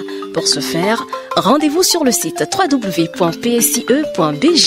Remplissez les champs destinés aux candidats à l'emploi, inscrivez-vous et soumettez votre dossier. La suite réservée à votre dossier vous sera notifiée par SMS, par mail ou sur votre compte utilisateur PSIE que vous êtes invité à consulter fréquemment. Comment faire une dénonciation auprès de la cellule d'analyse et de traitement des plaintes et dénonciations des faits de corruption? 1. Rendez-vous sur le site web www.dénonciation.bj depuis votre navigateur. 2. Cliquez le menu dénoncer dans la barre de menu. 3. Remplissez le formulaire de dénonciation qui s'affiche avec des preuves, si vous en avez, et renseignez un code secret à 4 chiffres qui vous permettra de suivre votre dénonciation. 4. Déclinez votre identité si vous le souhaitez ou continuez en tout anonymat. 5. Notez le code de suivi qui s'affiche sur votre écran pour suivre le traitement de votre dénonciation. 6. Enfin, si vous aviez renseigné une adresse email valide, vous recevrez une notification dans votre boîte email avec le code de suivi. Vous pouvez aussi appeler gratuitement le numéro 155 pour soumettre vos préoccupations. Tous ensemble, œuvrons pour la consolidation de la bonne gouvernance au Bénin.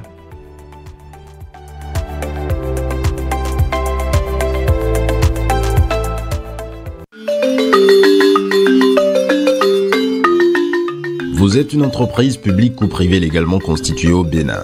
Vous exercez depuis au moins une année. Vous êtes à la recherche de collaborateurs compétents et motivés pour soutenir le besoin de développement de vos activités. Vos moyens ne vous permettent pas d'en recruter. Pas de souci. Le programme spécial d'insertion dans l'emploi mis en place par le gouvernement est la solution à vos préoccupations. De nombreux candidats à l'emploi y sont inscrits pour répondre à vos attentes. Pour en bénéficier, rendez-vous sur le site www.psie.bj. Remplissez les champs dédiés aux entreprises et soutenez vos demandes. Elles seront traitées. Vous serez informé du résultat par mail sur votre compte utilisateur PSIE que vous êtes invité à consulter régulièrement.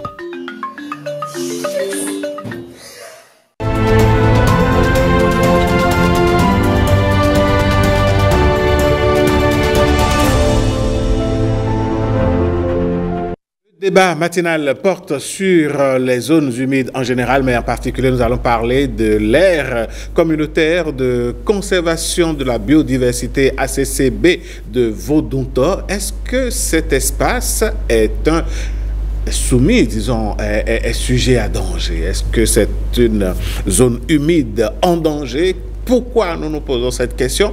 Eh bien, avec mes invités, on va aborder justement les faits qui nous font poser cette question-là. Ils sont au rendez-vous. Monsieur Sagbo, bonjour. Bonjour. Comment allez-vous? Bien, vous. Vœux réciproques. Ah oui, c'est la première fois, on se voit en 2025 là sur le plateau. Le plateau change de conducteur chaque fois. Eh oui, bon, voilà, c'est une équipe dynamique et nous sommes appelés parfois à faire d'autres tâches et donc voilà. On le partage. Merci beaucoup. Alain Tosuno, bonjour. Bonjour. Comment allez-vous? Très bien. Heureux de vous retrouver. Moi aussi. Allez, juste à côté de vous, lui, on ne le présente plus, hein, monsieur Apollinaire Tchoki, monsieur bonjour. Environnement Maison. Bonjour Alain. Bonjour. Alors, Daouda Aliou, vous êtes ingénieur agronome, vous étiez sur le plateau avec William Apollinaire Tchoki, nous avons parlé des zones humides. Merci d'être resté pour parler donc de l'ACCB Vodunto. Alors, Apollinaire William Tchoki, ma première question s'adresse à vous. Pourquoi est-ce que, d'abord, on va commencer par expliquer à nos téléspectateurs, voilà, ce que l'on entend par ACCB et quelle est son importance. Bon, quand on dit ACCB, ça veut dire aire communautaire de conservation de la biodiversité. En fait, c'est une politique, j'allais dire, mise en place par l'État il y a quelques années, surtout en 2014, qui permet d'associer les communautés locales à la conservation de nos écosystèmes. plus vous associez ces populations qui vivent tout autour de ces écosystèmes et vous êtes sûr de pouvoir conserver cela. Vous savez, quand je prends l'exemple d'une forêt marécageuse où les populations vivent tout autour, alors si vous associez ces populations qui vivent tout autour à la gestion de cette ressource, c'est sûr, ça va durer. Vous l'expliquez, voilà, il faut exploiter certes, mais pas aussi détruire ce qui est là. Donc c'est un peu ce qui a été fait en créant ces ACCB. Il y en a plusieurs. L'exemple dont nous parlons aujourd'hui, c'est l'ACCB de Voduntor, qui est dans l'arrondissement d'Avlekete, dans la commune de Ouida. Et puis cela, on voit, il y a des zones humides, bien sûr, des zones humides. Il y a la lagune côtière de Ouida. Il y a aussi quand même comme végétation des mangroves. L'activité que les gens mènent dans cette localité, c'est beaucoup plus la pêche et le maraîchage. Donc c'est à peu près ce que pourrait dire. Je sais que peut-être que M. Daouda Ali aussi peut ajouter. M. Sagbo, il connaît bien. J'allais justement poser la question à M. Sagbo. C'est vrai qu'au départ, quelques années en arrière, quand on veut protéger des aires, la technique c'est de chasser les populations pour leur dire non, vous quittez cette zone, vous n'y touchez pas. Mais après, l'approche a changé. Est-ce que l'association, cette collaboration entre l'État central et les communautés riveraines, les gens qui vivent dans ces zones-là, est-ce que ça porte des fruits? Moi, je ne peux pas le dire systématiquement. Parce que lorsque le projet de Rouge de Pêche était passé par là, il y a plusieurs années avant qu'on le retrouve aujourd'hui la réalisation. Il y a eu plusieurs études d'experts. Je ne vais pas appeler les noms ici. Ils sont nombreux, on les connaît. Et c'est eux qui ont dit qu'il faut délocaliser ces populations pour aller l'amener dans le Mono. Le Mono où il y a des terres noires. Il faut les amener là-bas. C'est ce qu'ils ont dit ça. C'est pas normal. Des populations qui sont des pêcheurs. On dit qu'on les déloge, on les amène dans le Koufou, quoi. Pour devenir des agriculteurs. Des agriculteurs. C'est ça, ils ont dit. Comment est-ce que c'est possible? Mais vous voyez, non, ils ont pris l'argent des gens, ils ont mangé. Ils ont fait de fausses études et de fausses solutions. Je connais. Il faut dire aux populations que ça vaut l'inimitable. Non, c'est ce que les gens ont fait. Il faut rapporter ça. Oui. Le grand expert est mort aujourd'hui, il n'est plus là. Mais lui, il connaît ça. Donc, il y a d'autres qui sont restés. Mais voilà les séries d'études et les propositions qu'ils ont faites. Si aujourd'hui, on en est arrivé à dire on les conserve on les maintient sur leurs espaces avec les pratiques qu'ils savaient pour développer quelque chose et conserver en même temps là. Mais que demande la Convention sur la biodiversité? Ce n'est que ça. Maintenir les communautés locales et les peuples autochtones sur leur territoire en développant, en améliorant leur mode de vie et en développant le milieu par leurs connaissances traditionnelles. C'est ça qu'on veut. Heureusement qu'ils ont compris. J'espère que ça va continuer. Parce que après, on dit, bon, voilà, la route des pêches, bon, voilà. Heureusement qu'aujourd'hui, on n'a pas encore vu totalement la fin, mais on a en temps quand même qu'on a délogé les gens. La route des pêches a causé beaucoup de dégâts à la population riveraine. Si on arrive à sauver déjà certains ACCB, ce serait bien. Parce qu'on a créé ça pour attirer l'attention du décideur pour dire ne détruis pas tout. Ceux-là, ces populations sont utiles. Si elles sont là, c'est pour que ces zones-là restent et respirent pour le développement. Et si on fait du tourisme, là, c'est pas le tourisme. Il y a plusieurs sortes de tourisme. Le tourisme peut être destructeur de la biodiversité, ne doit pas apporter atteinte aux communautés locales. Dans le même temps, moi, je suis un spécialiste en écotourisme. Bon, on peut faire de l'écotourisme. Non. Sans détruire. On ne doit même pas. On dit vivre en harmonie avec la nature. C'est ce que ça veut dire. Moi, je suis un spécialiste en écotourisme. Il y a ça qui existe.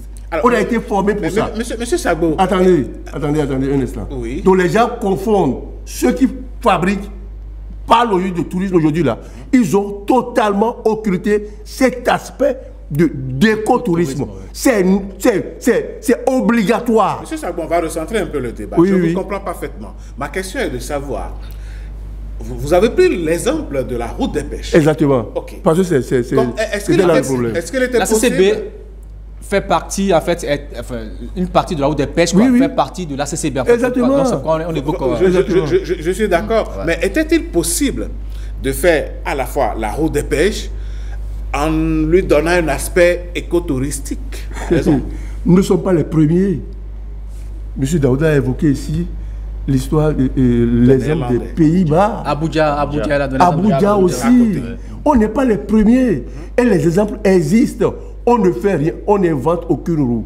Il faut voir ce qui est à côté. Et les gens ont donné l'expertise gratuite pour dire, sollicitez-nous, on viendra vous faire ça. Pourquoi on est là à faire des histoires?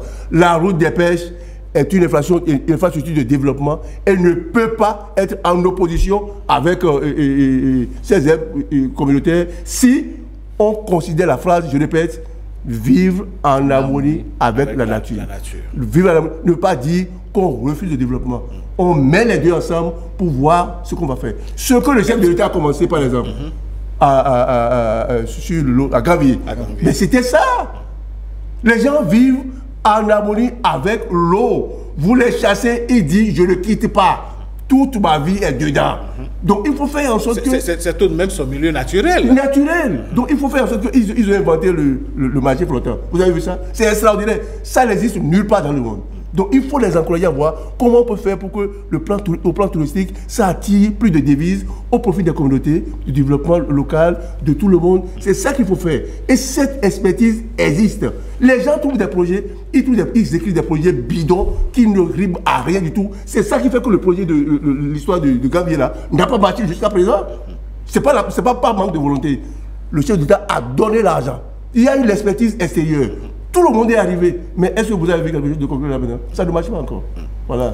On espère que ça marchera. À l'intention, je vous ai vu sourire. Est-ce que vous êtes d'accord avec M. Sagbo qu'on aurait pu, puisque nous parlons de la CCB de Vodunta, protéger cette aire-là réellement, tout en faisant le développement de la route? Oui, bien sûr. Je pense que comme il l'a dit, on est conscient que effectivement il faut concilier le développement avec la protection de la nature. Et en cela, comme il dit, on n'invente rien. L'aménagement du territoire doit prendre en compte les zones humides. Et qu'on soit en ville ou en milieu rural, on peut contribuer à protéger les zones humides tout en développant donc les villes ou en faisant la production agricole et autres. L'enjeu, c'est comment on développe des stratégies ou des pratiques qui ne dégradent pas donc ces zones humides-là. Et c'est là où effectivement on se rend bien compte que dans nos États ou enfin dans notre processus de développement, on n'arrive pas véritablement à concilier les deux. Mais c'est les communautés qui ont toujours protégé les zones humides. Tout à fait. Avant qu'on ne pense développement. Avant qu'on ne pense développement. Sinon, on n'aurait pas retrouvé le parc Pendjari ou le parc Douvé. Le colon a retrouvé ça dans un état. Voilà. Et les communautés, il y a des communautés toujours riveraines qui ont toujours contribué à travers leurs pratiques à faire en sorte que tout ce qu'on a comme biodiversité continue à exister. Parce que ces communautés dépendent directement et indirectement de cette biodiversité. C'est une ressource. Toute leur vie est construite autour donc, de cette biodiversité. Donc ces communautés n'ont pas intérêt à ce que cette biodiversité disparaisse. Et elles ont développé un certain nombre de pratiques, de savoir, de connaissances qui leur permettent, donc, parce qu'elles se nourrissent avec ça, elles se soignent avec ça, et donc toute la vie est construite autour. Donc ce qu'on demande maintenant, il ne faut pas que le développement soit une menace à la conservation. Donc c'est pour ça qu'il faut toujours faire des études pour avoir donc des plans d'aménagement du territoire qui sont en harmonie ou qui respectent donc cette protection donc de la nature. Monsieur Aliou Daouda, nous parlons de la CCB de Vodunta. Est-ce que vous pensez qu'il est possible, à l'étape actuelle, de corriger le tir? Le Vodunta d'abord, c'est quoi? C'est un pan de la lagune côtière que nos aïeux ont institué pour préserver les ressources, la biodiversité, tout ce qu'il y a autour.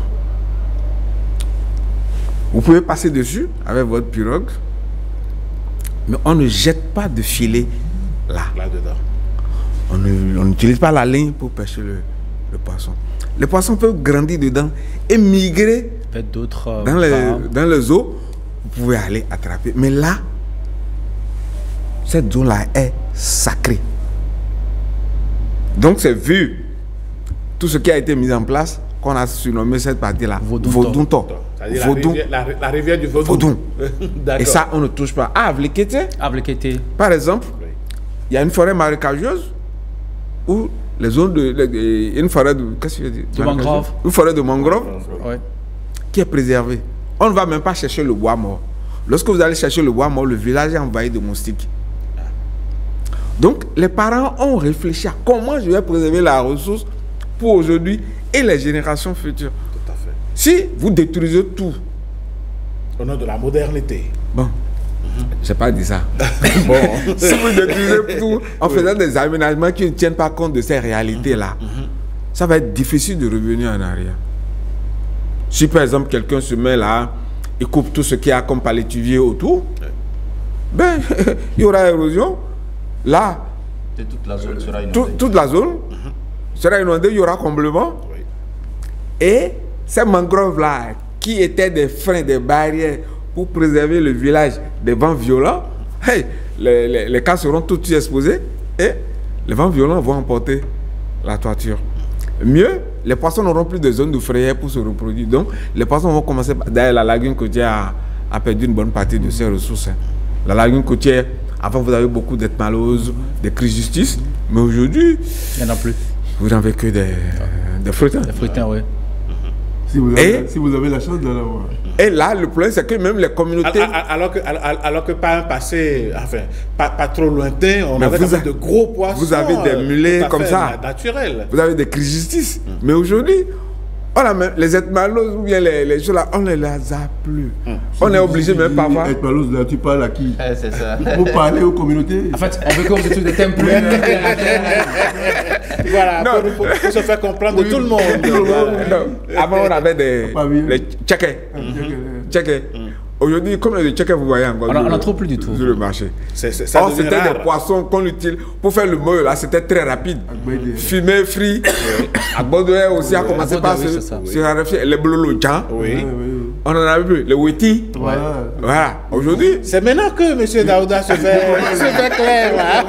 Allez, je vais renchérir un peu ce que disait tout à l'heure M. Saboué et M. Daouda. Oui. En fait, c'est expliquer que le site, au niveau du site, qu'il y avait deux divinités. Selon la légende qui a... Nous parlons de Vodunto. Vodunto, exactement. Il paraît que c'est l'hégémonie de l'ancien roi d'Abomey à Gadia.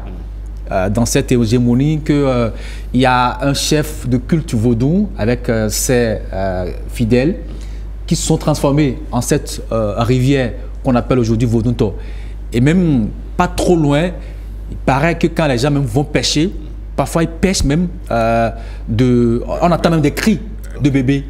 Les gens même, ils vont pêcher parfois même des canaris avec le haricot qu'on bouffe dedans. Donc, cela a gardé cette qualité de site sacré. Voilà, cette dimension spirituelle. Spirituelle, sacrée. Donc je me dis, mais pourquoi ne pas associer ce sacré? Aujourd'hui, on parle de la Vodun déisme. Pourquoi ne pas associer cela? On parle de la promotion du patrimoine. On peut aller visiter quand même ce Vodunto. C'est quand même un site sacré, un lac sacré, ou du moins une rivière sacrée. Donc, mais détruire cela porterait atteinte non seulement à la vie des communautés qui vivent tout autour de ce site, mais aussi, ça aussi détruire aussi le tourisme. Si aujourd'hui le gouvernement prône le tourisme que nous avons, tout ce qu'on demande, c'est de parler d'écotourisme. Et là, on conserve et la biodiversité et les populations locales qui sont tout autour pourront jouir des fruits de cela. Je veux ajouter par rapport à cet aspect de l'écotourisme. Si vous regardez, lorsque la CCB a été mise en place, on a mis des points d'observation des oiseaux. Il y a des miradors qui ont été créés là-bas pour observer les oiseaux. Ça veut dire qu'à un moment donné, beaucoup d'oiseaux venaient trouver leur pitance là. Quand les oiseaux finissent de manger, ils vont se reposer sur les mangroves. L'autre chose, là, la lagune est bien profonde. Il n'y a pas eu ensablement. Il n'y a pas eu ensablement parce que la végétation tout autour a été maintenue. Mais si aujourd'hui, pour le développement, pour, je sais pas, nous nous mettons à détruire tout ça, Ça veut dire que et l'écosystème là va avoir des problèmes. Et là, les poissons qui avaient l'habitude d'aller se réfugier là, se reproduire et migrer dans la lagune, c'est... Comment vous appelez? Ces poissons-là vont commencer par se raviver et ils ne vont plus se reproduire. Et là, la quantité de poissons que les gens pêchaient et même la qualité, ça va baisser, ça va impacter la vie de ces communautés-là. Donc, il faut voir, les parents, ils ne sont pas allés à l'école forcément, hein, mais ils avaient cette manière de vivre en harmonie avec la nature. On ne détruit pas la nature. Et même quand on va aller couper des arbres, il y a la manière pour couper les arbres, pour permettre à l'arbre de se régénérer après. Mieux, il y a les plantes médicinales. Aujourd'hui, bon, je crois que beaucoup de personnes raffolent des tisanes. La tisane, on va chercher ça où? Dans la brousse. Dans la nature. Dans la nature. Mais si nous détruisons, nous n'aurons plus de dire, ça veut dire que nous serons obligés d'aller à la pharmacie. Alors qu'avec 500 francs, 1000 francs... La pharmacie, un jour, n'aura plus de ressources pour faire les médicaments. Vous avez... Donc, il faut voir... Là, lorsque la CCB a été mise en place, il y a eu beaucoup d'appui, d'accompagnement de la communauté pour ceux qui faisaient le maraîchage. Parce qu'avant la tomate, on arrosait seulement avec le... On a mis en place un dispositif pour leur permettre d'arroser leur culture maraîchère. Alors, donc, il y a une série d'actions qu'on peut mener de manière intelligente et pouvoir préserver l'écosystème. Alors, M. Sabo, est-ce qu'on peut rectifier le tir? Qu'est-ce qu'il faut faire pour ne pas laisser la CCB Vodouto mourir? On a toujours dit, la nature n'a pas besoin de l'homme pour se reconstituer. C'est l'homme qui a besoin de la nature. Quel que soit ce que les gens vont faire, si les divinités qui sont là se réveillent et se rebellent contre ce nouveau, ce type de modernisme-là, ça ne marchera pas. On a déjà vu, non? On a déjà vu des preuves ailleurs. Avant que la voie de Godové ne se fasse là, vous savez que les gens viennent là, il y a un serpent là on a essayé de mettre le serpent dans la bouteille là, ça n'a jamais marché. Il y a eu des choses avant que la voie de Godové se construise. Donc les gens doivent savoir que on peut maintenant prendre conscience. Les erreurs sont déjà commises. Si on prend conscience de ça, et qu'on ne couple des projets vides, de sens pour notre développement, je pense que ça peut aller. Parce qu'on amène les projets et on exclut les communautés. Si on dit Vodouto là, ce n'est pas une invention moderne. Ça existait depuis. Comment associer le moderne à ce qui existait là? C'est ça qui manque. Et ces jeunes là, ils ne prennent aucune conscience de ce qui existait. On dit, bon, attendez, vous avez dit école. Oui. Nos parents sont une grande école. Une école que le blanc ne peut même pas comprendre. Son sens est profond. C'est-à-dire sa signification est profonde. Et c'est ça que nous avons à vendre à ceux qui disent Vodouisme plutôt que ce que nous faisons aujourd'hui. C'est-à-dire, c'est ça l'incompréhensible. Comment avez-vous pu faire ça? Et ça peut inspirer d'autres idées que les gens iront faire chez eux. Si nous parlons de Pays-Bas, c'est parce qu'on a vu que c'est bon. Si on parle de Costa Rica, c'est parce qu'on a vu que c'est bon. Si on parle de... C'est ça, nous là, on a quoi à vendre? On a aussi ça là à vendre. L'histoire que M. Daouda vient de raconter, où est-ce que vous irez entendre ça? C'est chez les communautés. C'est elle qui raconte ça. Il faut les associer. Il faut les mettre au centre. Les autres associations vont rester à la périphérie parce qu'ils ne savent pas. On doit leur apprendre et les initier s'ils le veulent. C'est comme ça qu'il faut faire. Parce qu'avant de dire Vodouto existait avant. Et c'est un patrimoine. Les populations qui étaient là avant, là, est-ce qu'elles continuent d'être là? S'il n'y a plus de vie, elles vont migrer. Si elles migrent, l'histoire disparaît. L'histoire disparaît, la CCB aussi ne peut pas résister parce que les projets ont une durée de vie alors que les populations sont condamnées à rester là. Mais les projets vont disparaître. 3 ans, tu peux renouveler 10 fois, ça va disparaître. Et les gens ne sont intéressés que par l'argent qui est dans le projet. Ce qui est dedans ne les intéresse pas. Il faut dire les choses. On ne peut pas faire des projets dans ACCB Vodouto et exclure les populations. Elles doivent être au centre de ça parce que derrière ces populations, il y a l'histoire, il y a le tourisme, il y a la biodiversité, il y a la spiritualité, il y a la spiritualité, il y a le vaudou-déisme. C'est ça même le vaudou-déisme. Bon, c'est ça. Il y a un pan, il y a quelque chose qui peut contribuer au rayonnement davantage de vaudou-déisme. Voilà. J'ai dit, vous allez voir. Et bon, je ne souhaite pas ça. Oui, si le président Talon quitte là, nous allons prier pour que tout ce qu'il a mis en place là puisse continuer. Mais pour Vodouto là, que tu veuilles ou pas, projet ou pas, gouvernement ou pas, là, Vodunto existera. C'est ce que j'ai dit.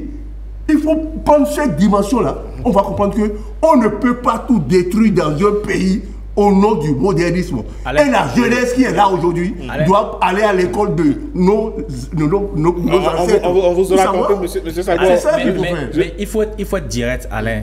En fait, il y a une menace qui pèse sur cette... Exactement, ACCB. Ce n'est plus une menace potentielle, c'est une menace avérée. Il paraît qu'il y a un opérateur économique qui est même un élu de la nation qui veut construire une carrière fluviale là. Et on se dit, mais si on le fait, on risque de détruire tout ce qu'il y a là. Il faut le combattre. On doit le combattre et le dénoncer. Non, c'est ça qu'on doit faire. Non, attendez, monsieur Sago. Le chef de l'État. On va y aller. Attendez, le chef de l'État, une seconde. Le chef de l'État n'est pas un spécialiste de tout. Il a, je l'ai dit toujours ici, il a une vision, il a un rêve. Et autour de ce rêve-là, on va voir ce qu'il faut dépoussiérer, ce qu'il faut conserver pour que le rêve soit une réalité et durable dans le temps. Cet opérateur économique-là, il n'a pas le monopole du pays. Si on dit tu ne peux pas rester dans une zone humide, au nom de quoi? Quelle est cette loi spéciale qui l'autorise à faire ça? Oui, mais attendez, monsieur. Il faut le décourager. Non, attendez, monsieur Sago. On vous comprend. On va aller pas à pas. Ici, nous sommes à la télévision nationale. Tout à fait. Et ceux qui sont ici, là, ne sont pas des va-nu-pieds, quoi. Bien sûr. C'est des gens qui connaissent et qui apportent leurs connaissances gratuitement au développement du pays. Monsieur Sago. Pourquoi on va faire tout ce qu'on comme ça? Monsieur Sago, on vous aura compris. Nous comprenons que... Je continue pour dire, en fait, pour le moment, nous, on va appeler le nom de personne. C'est une alerte. Mais ils se connaissent, non? Ils se connaissent. Mais nous, on veut qu'on arrête cela. Si les gens n'arrêtent pas, on pourrait aller plus loin, donner des éléments d'appréciation pour que les gens puissent comprendre ce que nous entendons dire. Parce que si on détruit cela, on risque alors de détruire tout ce qui a comme ACCB sur le territoire national. Une chose est sûre, William Apollinaire Choki, un tel projet ne peut pas voir le jour et prospérer sans que, ne serait-ce que le ministère du cadre de vie soit informé. Je suis d'accord avec vous. Je suis d'accord avec vous, Alain. Nous savons comment les gens obtiennent les agréments. Les agréments, les autorisations. La mairie, les différents ministères, les certificats de conformité environnementale et tout ça, où le gars dit oui, je vais remettre le site en place quand j'aurai fini, et quand il finit, ça disparaît. Regardez, prenez, quittez, comment vous appelez ça? Akobato. Oui. Jusqu'à Kokokodji. Oui. Ça a été une zone où on a extrait du sable. C'est des carrières. Aujourd'hui, c'est des trucs qui sont à 15, 20 mètres de profondeur. Et personne ne s'en occupe. N'y allez pas. Bah, si quelqu'un tombe dedans, là, c'est fini. C'est fini. Hein. S'il n'a pas de jus, même pas facile vous avez totalement raison. Aujourd'hui, il y a certaines personnes qui profitent de ça pour faire de la pisciculture. Oui. Bien connu, on les connaît. Il y a des caches flottantes qui sont là. Mais c'est une dégradation de l'environnement. On a dégradé. Et mieux, toutes les maisons qui sont aux alentours sont des maisons fragiles. Tout à fait. Parce que le sol n'a plus... On prépare le séisme. C'est ça qu'on prépare. Le sol n'est plus stable. C'est ça. C'est ça qu'on prépare. Alors, et il y a même des maisons qui sont inondées en permanence lorsque vous allez à Djekpota. Oui. Hein? Oui. J'allais justement parler de Djekpota parce qu'un soir, moi, lors de mes promenades, je suis allé dans ces zones-là, j'ai vu effectivement les crevasses et tout, et la carrière à ciel ouvert et tout ça. Mais est-ce que quelque part, les gens pensent à l'environnement après le business? Si nous revenons au niveau de l'ACCB, Vodunto, surtout dans la zone de Ouida qui est aujourd'hui, qui se positionne comme un pôle de tourisme. Est-ce que, Alain Tossono, on n'est pas en train d'installer sinon un système qui va faire écrouler la porte de Ouida? C'est la pagaille. Oui. Je pense qu'en la matière, je dirais, et pourtant, on a tout l'arsenal juridique qui permet donc d'encadrer. On parle de carrière, de sable et tout. C'est clair qu'on ne peut pas le faire si on ne fait pas une étude. Et nous avons l'Agence béninoise pour l'environnement qui, en principe, suit. Vous devez faire l'étude et quel que soit l'aménagement du territoire au niveau des zones humides, il faut en amont faire l'étude qui vous dit comment vous devez donc mettre en œuvre votre projet en respectant, voilà, en protégeant la nature. C'est ce qui, voilà, c'est ce qui n'est pas souvent fait. On parle donc de ces carrières à ciel ouvert aujourd'hui. La réglementation dit, quand vous finissez, vous devez remettre le site. En l'état? Oui. Comment est-ce que c'est possible? Oui, c'est ça que la réglementation dit. Mais est-ce que la réglementation, en le disant, est réaliste également? Mais justement, c'est le suivi, c'est l'application des tests. C'est là où il y a un problème. Quelqu'un ne peut pas ouvrir une carrière après avoir exploité pendant des années. Donc, et partir comme ça et laisser donc cette c'est trop bien ce site-là. Parfois les machines sont restées. Mais c'est ça justement. Ouais. Donc c'est l'application des tests. Donc, ce n'est pas possible. Et globalement par rapport aux zones humides, il y a une stratégie qui a été développée pour leur protection, pour leur gestion depuis 2006. Je crois que la stratégie va depuis le ministre Ahanzo Glele 2006 et à l'horizon 2025. En principe, nous y sommes. En principe, aujourd'hui, il faut faire le bilan de cette stratégie nationale de protection des zones humides. On parle de ACCB de Voduntor, mais on peut parler du lac Nokoué. Oui. Le lac Nokoué qui est la plus vaste zone humide que nous avons. Quel est aujourd'hui l'état dans lequel se trouve le lac Nokoué? La lagune de Porte-Nouveau, on peut la basse vallée de l'Ouémé et tout ça. Donc, je pense que le problème, il est profond et entier. Ce que les gens oublient et ignorent, c'est que quand on va finir de détruire toutes ces zones humides, c'est que nous-mêmes, la vie ne sera plus, je dirais, elle sera compromise. Et nous allons perdre tout ce que nous avons. Regardez, moi j'ai vu ailleurs, qu'est-ce qu'on dit comme zone humide? Il y a des zones humides qui sont naturelles, mais on peut en créer. Les gens créent ailleurs des lacs artificiels. Les gens créent des lacs artificiels. Donc si nous ne sommes pas capables d'en créer, au moins conservons ce que nous avons eu naturellement. Mais sinon vous allez chercher des oiseaux dans la ville de Cotonou à montrer à un enfant et vous n'en aurez plus. Mais justement, c'est pour ça, c'est important de conserver la nature, même en pleine ville, et d'avoir toujours...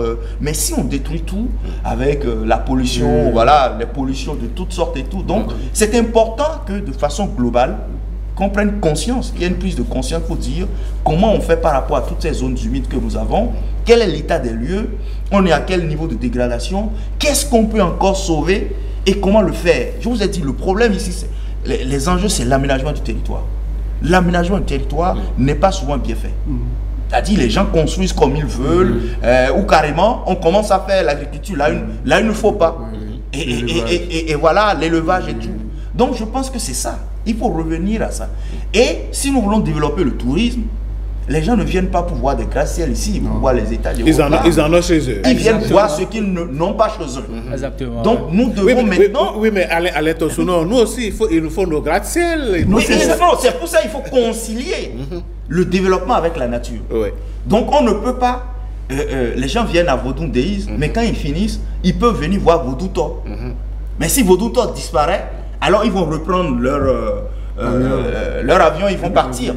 Et les communautés ne pourront pas bénéficier. Vous voyez, des services, parce que s'ils vont là, ils vont regarder, ils vont acheter quelque chose, ils vont voir. Donc je pense que c'est important. Et on sait qu'en matière donc de gestion des ressources naturelles, si on veut conserver une ressource naturelle, et même avec comment on appelle, la population qui augmente, on connaît un certain nombre de pratiques pour freiner la pression sur la ressource naturelle afin que elle puisse continuer à exister et à produire donc et à faciliter donc l'accès à un certain nombre de services. William Apollinaire Choki, si vous devez faire des propositions pour écarter le danger de vos doutes pour qu'ils ne disparaissent pas, je dirais de voir un peu tous les services que nous offrent ces zones humides. Et quand je prends par exemple l'exemple de Voduntor, on a démontré le caractère touristique, écotouristique, social, économique. On a démontré tout ceci. Donc, cela montre un peu quand même l'importance de cette ACCB Voduntor qui a besoin la protection. Ça fait plus de 14 hectares. Hectares. Donc, je me dis, on n'a pas besoin de communiquer, de crier autant pour que les gens comprennent l'importance des zones humides. Peut-être qu'en nous suivant ce matin, le ministre José Tonato pourrait réagir. On ne sait jamais. Non, je sais que les autorités ne dorment pas. Mais il fallait quand même que nous, ici, qu'on puisse tirer la sonnette d'alarme pour dire qu'il y a quelque chose qui est en train d'être fomenté. Il vaut mieux qu'on crie très tôt, sinon les gens peuvent arriver à endormir, et les autorités aussi, et passer à l'acte. Monsieur Sago, si vous devez faire des propositions. J'ai toujours dit ça ici. Oui. Le chef de l'État n'est pas un spécialiste, il a un rêve, il a mis les moyens, les ressources humaines, tout ça. Mais on a vu que ces ressources humaines ne veulent rien faire. Pour cela, c'est lui qui raconte. Maintenant, là, on ne parle plus des zones humides en général. On parle du Vodouton, qui a à Ouida, 14 hectares. Il y a un opérateur économique qui dit je suis tout puissant et je veux détruire cette... Jamais. Mais le paradoxe, c'est que cet opérateur est un élu de la nation. Mais quel élu? Comment est-ce qu'il n'arrive pas à comprendre? Je vais vous dire quelque chose. Maintenant, on va vous dire les choses. Lorsque vous voyez, vous avez vu, Boukikoyi, et autres là, et on a dit on va détruire, on va casser, après on dit on ne fait plus. C'est l'occasion. Le 2 février passé devrait être une occasion pour les chargés de ce projet de faire une vaste campagne de sensibilisation à travers tous les médias pour dire ça là, c'est une zone humide. On ne doit pas l'occuper. Vous devez, voici les lois, voyez ceci. Ils n'ont pas fait ça. Parce que quoi? Délégué a profité du silence pour aller acheter. Il n'a même pas acheté. Il a pris. Il a acheté, il a trouvé papier pour ça. Mais a fait ça. Papier est chez lui. Et le CA a fait papier chez lui.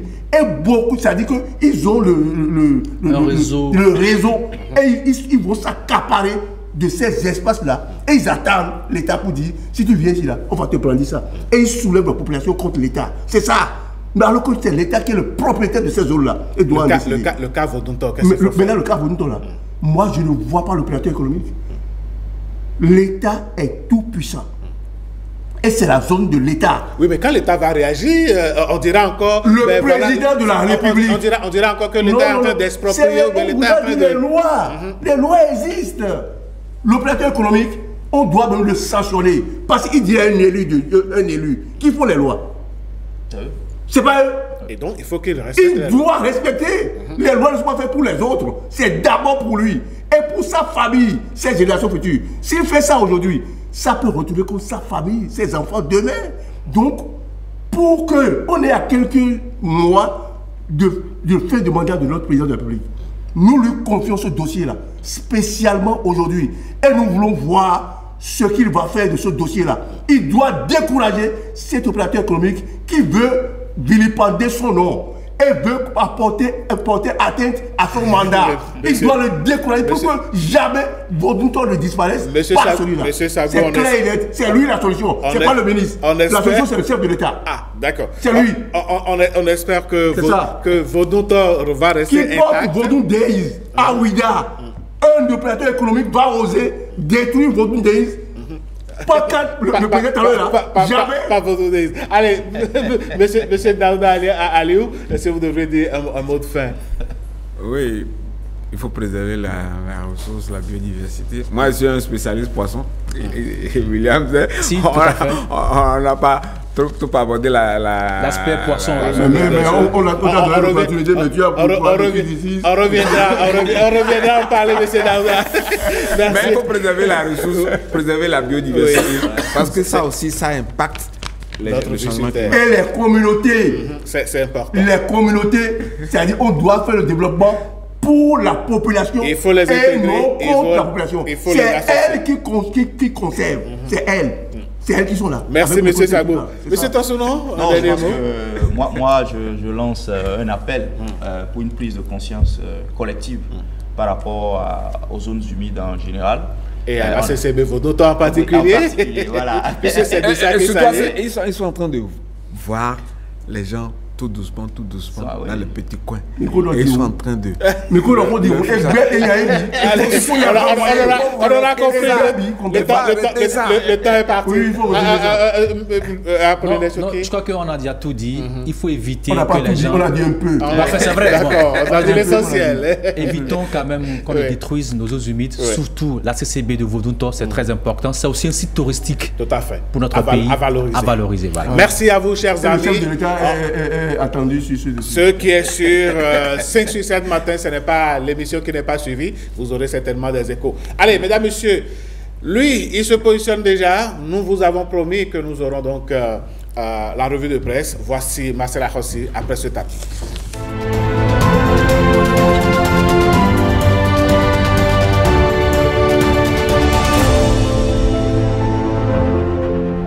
Marcel Akhossi de retour sur ce plateau. Marcel, à nouveau bonjour. Bonjour de nouveau, bonjour à tous. À la une, on a la réaction de Maître Adrien Humbedji qui a fait une sortie ces derniers temps. L'onde de choc provoquée par la récente sortie d'Adrien Humbedji continue d'agiter l'actualité politique nationale. L'ancien président de l'Assemblée nationale, figure historique de l'ancien parti du Renouveau démocratique PRD, a surpris son monde. Une prise d'opposition qui divise et suscite de nombreuses interrogations sur ses réelles motivations. Un discours en contradiction avec son passé politique. Le quotidien Fraternité évoque un véritable retournement de veste dans sa tribune titrée « Humbedji crache dans sa propre soupe ». Le journal rappelle qu'il fut l'un des architectes des réformes électorales et institutionnelles sous l'ère Talon, y compris la mise en place de la Cour de répression des infractions économiques et du terrorisme. Criette, pourquoi alors critiquer aujourd'hui un système qu'il a contribué à façonner? Pourquoi n'a-t-il pas exprimé ses réserves plutôt pour Fraternité? Humbedji aurait dû laver le linge sale en famille au lieu d'exposer publiquement son malaise au risque de fragiliser la majorité présidentielle dont il est un acteur clé. Un homme rattrapé par ses contradictions. Dans la même veine, le matinal estime que l'ex-leader des Tchoko Tchoko confirme son inconstance politique. Selon le journal, cette sortie fracassante s'inscrit dans une longue tradition de revirements stratégiques qui ont marqué sa carrière. L'épisode de 1996 où il a refusé une alliance avec Soglo pour se retrouver finalement marginalisé reste une cicatrice indélébile. À chaque tournant politique, Humbedji oscille entre opposition et collaboration, mais finit toujours par revenir à son rôle d'opposant de la communauté voilà. Et entre sincérité et stratégie que cherche Adrien Humbedji aujourd'hui, derrière ce discours aux accents de rassemblement, plusieurs observateurs y voient une manœuvre politique visant à se repositionner dans un contexte où les dynamiques politiques évoluent. Cherche-t-il à reprendre ses distances avec la majorité présidentielle en vue des échéances à venir? Veut-il regagner une place centrale sur l'échiquier politique en ralliant une frange de l'opposition? Quoi qu'il en soit, cette déclaration n'a pas fini d'alimenter le débat. Marcel Akhossi, Tshisekedi et Kagame sont annoncés en Tanzanie. Qui ira et qui n'ira pas? Question posée aujourd'hui par Wakatsira, une énième tentative de rabibocher les deux voisins afin qu'ils se parlent dans la perspective de trouver une solution au conflit qui oppose le M23 et l'armée régulière de la République démocratique du Congo. Espère le confrère burkinabé. Goma et Minova étant déjà aux mains du M23 alors que le sort du Bukavu est incertain. Dar es Salaam qui accueillera le sommet extraordinaire conjoint de la communauté de développement de l'Afrique centrale SADC et de la communauté de l'Afrique de l'Est EAC sera-t-elle la bonne clé pour ouvrir la porte de la paix? Il faut oser le croire. Merci à vous, Marcel Akhossi. Mesdames, Messieurs, ainsi prend fin cette édition de 5 sur 7 matin. Merci de nous avoir suivis. Nous vous souhaitons une excellente journée à la suite de nos programmes. La chaîne nationale Benet TV à votre disposition 24 heures sur 24. Bonjour chez vous et bonne journée.